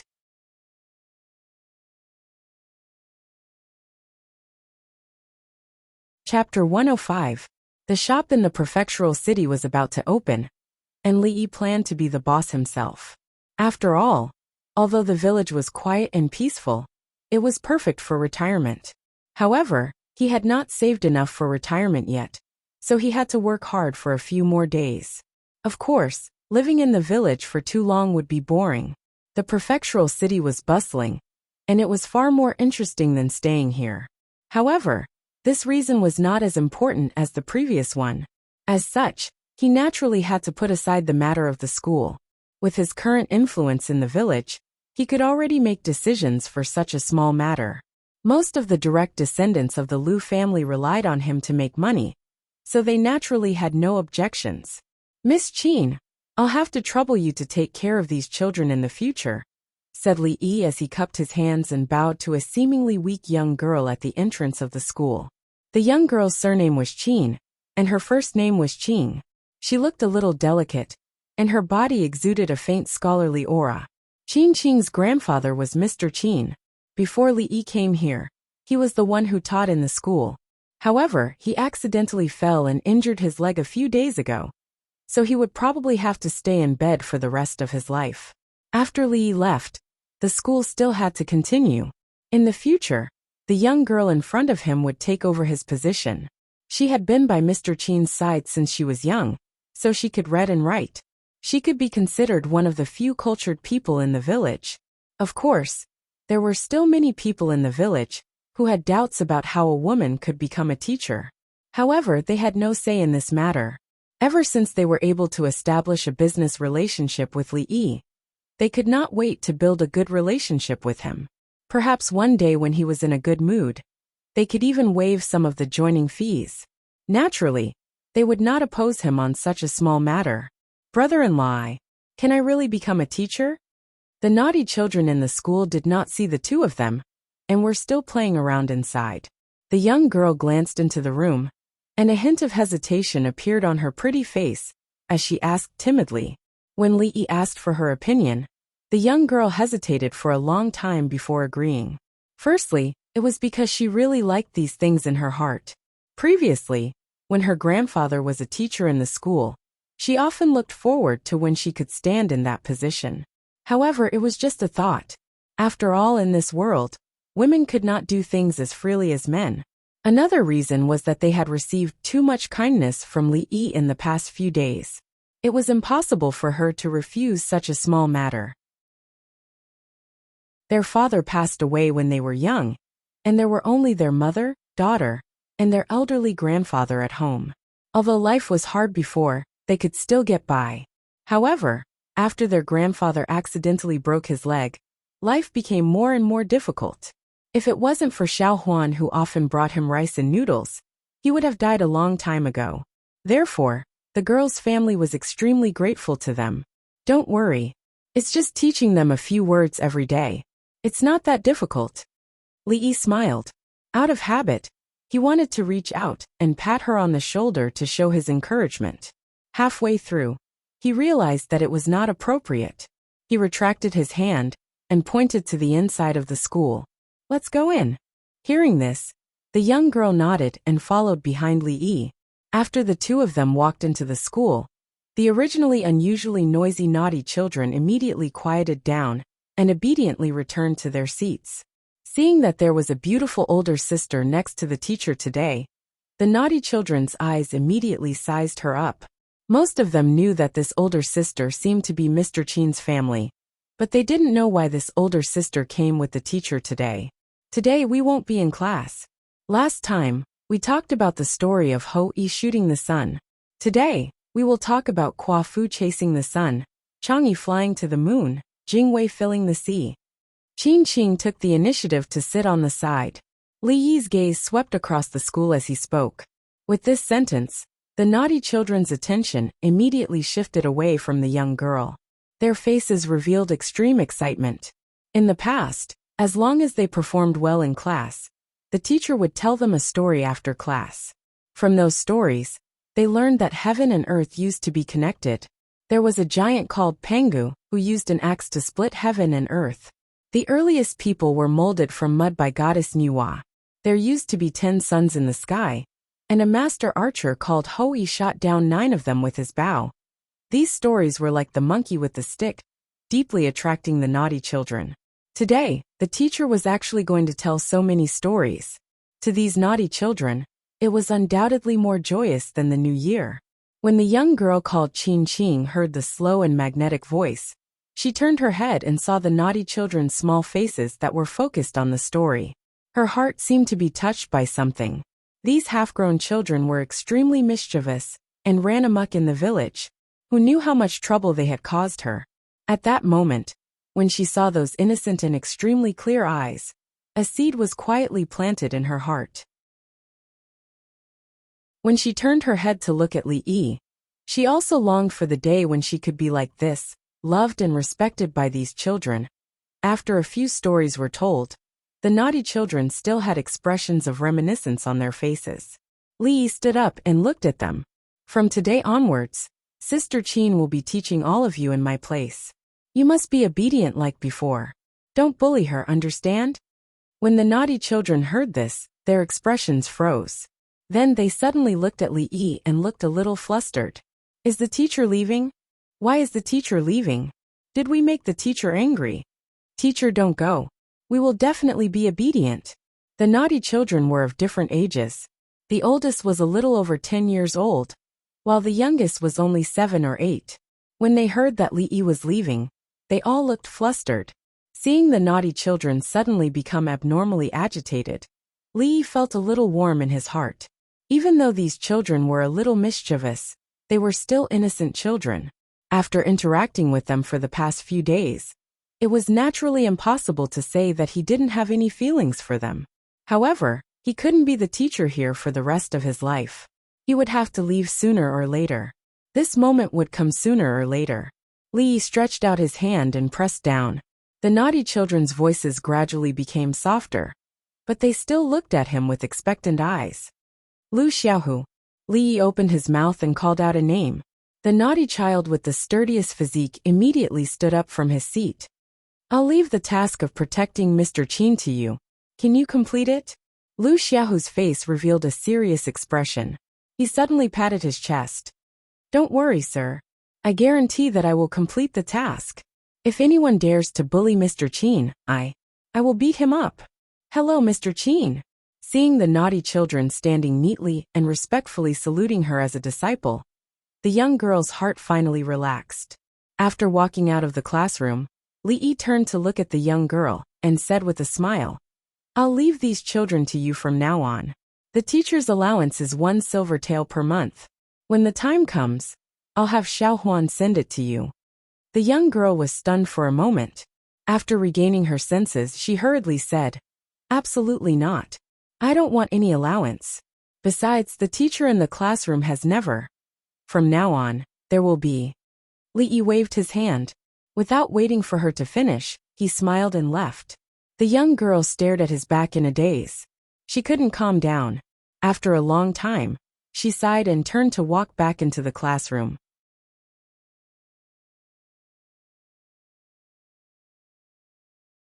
Chapter 106.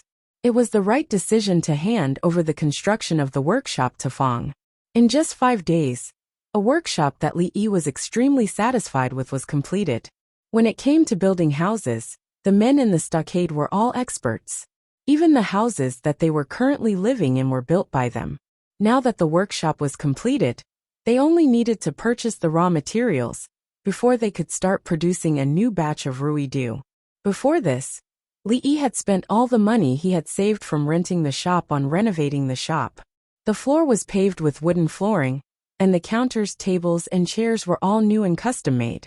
On the walls around the counters, Li Yi had personally drawn a few landscape paintings. Of course, they were all 3D, and they were so lifelike that one would feel as if their eyes were about to sink into them. If someone were to walk into the shop, they would probably be stunned by these paintings at first glance. Since they had decided to go for the high-end route from the beginning, they could not be frugal in these areas.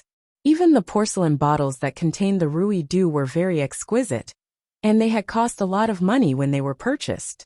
Seeing the money being spent like water, Fang often showed a pained expression on his face. If this business were to fail, his dream of having a beautiful wife and a big house would never come true. It was very likely that he would have to return to 2 months ago and continue to live a life of eating dirt. After all, he had a share of the shares of ruidu. Although he did not know what the shares were, Fang could still understand why his son-in-law said that he would have a share of the profits from ruidu. Son-in-law, have you thought about the name of the shop? Fang knew that he was not good at making money, so he changed the topic. I still need to think about it. Li Yi shook his head and said, the name of the shop was the signboard. Once it was decided, it could not be changed, and the decision could not be made easily. Now, all the preparations were in place, and everything was ready. All that was missing was the name of the shop. Why don't we call it 6 Gods Workshop? Li Yi raised his head and wanted to ask for everyone's opinion. Fang's face darkened. He couldn't understand why his son-in-law would fall in love with the name 6 Gods. The young maidservant stood beside Li Yi and saw second young miss giving her a look. She immediately said, Son-in-law, I think it sounds better to call it Rui Fang. Rui Square. Li Yi looked at Lu Rui. This matter clearly had nothing to do with her. Why did she have to take advantage of him every time? If Rui's became popular in the Jing Kingdom in the future, and every major city had a Rui's store, would people think of Lu Rui or him? No, this was a huge loss. Li Yi felt that it was better to call it 6 Spirits Lane. For the sake of her being his sister-in-law, he had already given her a lot of face by naming the floral water in this world as Rui's Dew. This time, he was determined not to give in. Rui Fang. Fang muttered the name, shook his head and said, this name is not very good. We are doing serious business. Rui Fang, Rui Fang. It sounds like a new brothel in the prefecture. Li Yi was keenly aware that as Fang spoke, the surrounding atmosphere suddenly became subtle. Clang. This was the sound of a sword being unsheathed. Feeling the 2 cold eyes behind him, Fong couldn't help but shiver, and cold sweat rolled down his forehead. It was only at this moment that he realized why he had a bad feeling when he spoke just now. He straightened his chest, and his expression became solemn. He looked at Li Yi seriously and said, "Young master, I suddenly feel that the name Rui Fong is very good. Since we are selling Rui's due, the name of the store should naturally match it. I think there is no more suitable name than Rui Fong." Li Yi couldn't help but sigh in his heart as he looked at the righteous Lao Fong. How did that resolute man from back then turn into such a person? "I also think that it's better to call it Rui Fong," Lu Rui said with a smile. Although the name of the store was ultimately up to Li Yi, the public opinion was obviously on Lu Rui's side. Li Yi couldn't be arbitrary. He looked up at them and said, "Are you really not going to consider Six Spirits Lane?" In order to fully promote democracy, the name of the store was decided. On the same day, he and Fong ordered a signboard in the prefecture city. In order to further enhance the store's prestige, Li Yi found all of Wang Shiji's calligraphy in the library. After digesting them, he found the 3 words Ru, Yi, and Fong, and wrote them out personally. Of course, even if he had such a heaven-defying cheating device, he only needed to copy it. He wouldn't be able to reach Wang Shiji's level, but being able to copy 80 to 90% of it was enough to shock many people. At least, the shopkeeper who made the signboard was shocked by the elegant semi-cursive script. He had been running this ancestral shop for several decades and had made countless plaques. He had seen many authentic works of famous masters. Under the influence of what he had seen and heard, even though the shopkeeper's calligraphy skills were not very profound, few people could compare to him in terms of his ability to appreciate calligraphy. It was just 3 words, but it was enough to show that the calligraphy skills of the person who wrote it were profound. Without decades of practice, it would be impossible to achieve this. This level of skill could probably be compared with several calligraphy masters in the world. However, which one of those people didn't have decades of accumulation in order to achieve what they had today?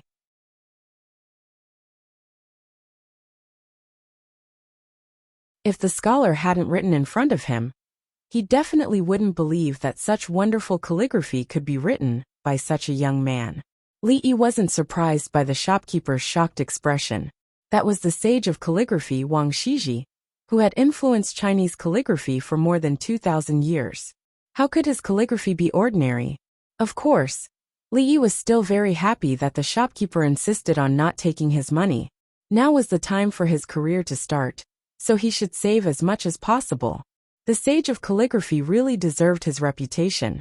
Looking at the shopkeeper holding the piece of paper as if it was a treasure, Li Yi couldn't help but sigh in his heart. The opening of the new store was supposed to do some publicity and marketing, but Li Yi wasn't in a hurry to do that. He still had some confidence in Rui Lu. However, this confidence was shaken on the first day of the store's opening. After half a day, not even a bottle of Rui Lu was sold. A few people entered the store to take a look, but when they heard that such a small bottle of Rui Lu was sold for 1 tael of silver, they immediately left, as if they were escaping before Li Yi introduced the function of Rui Lu. Could it be that I set the price too high? After half a day, even Li Yi began to doubt it. 1 tael of silver was not a small amount for most people in the prefecture.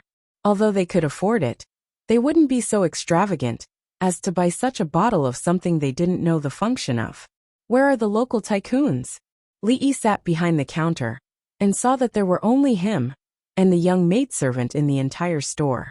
He couldn't help but start to call out in his heart. The young maidservant sat by the table with one hand supporting her chin. She looked out of the door and watched the passers-by with boredom.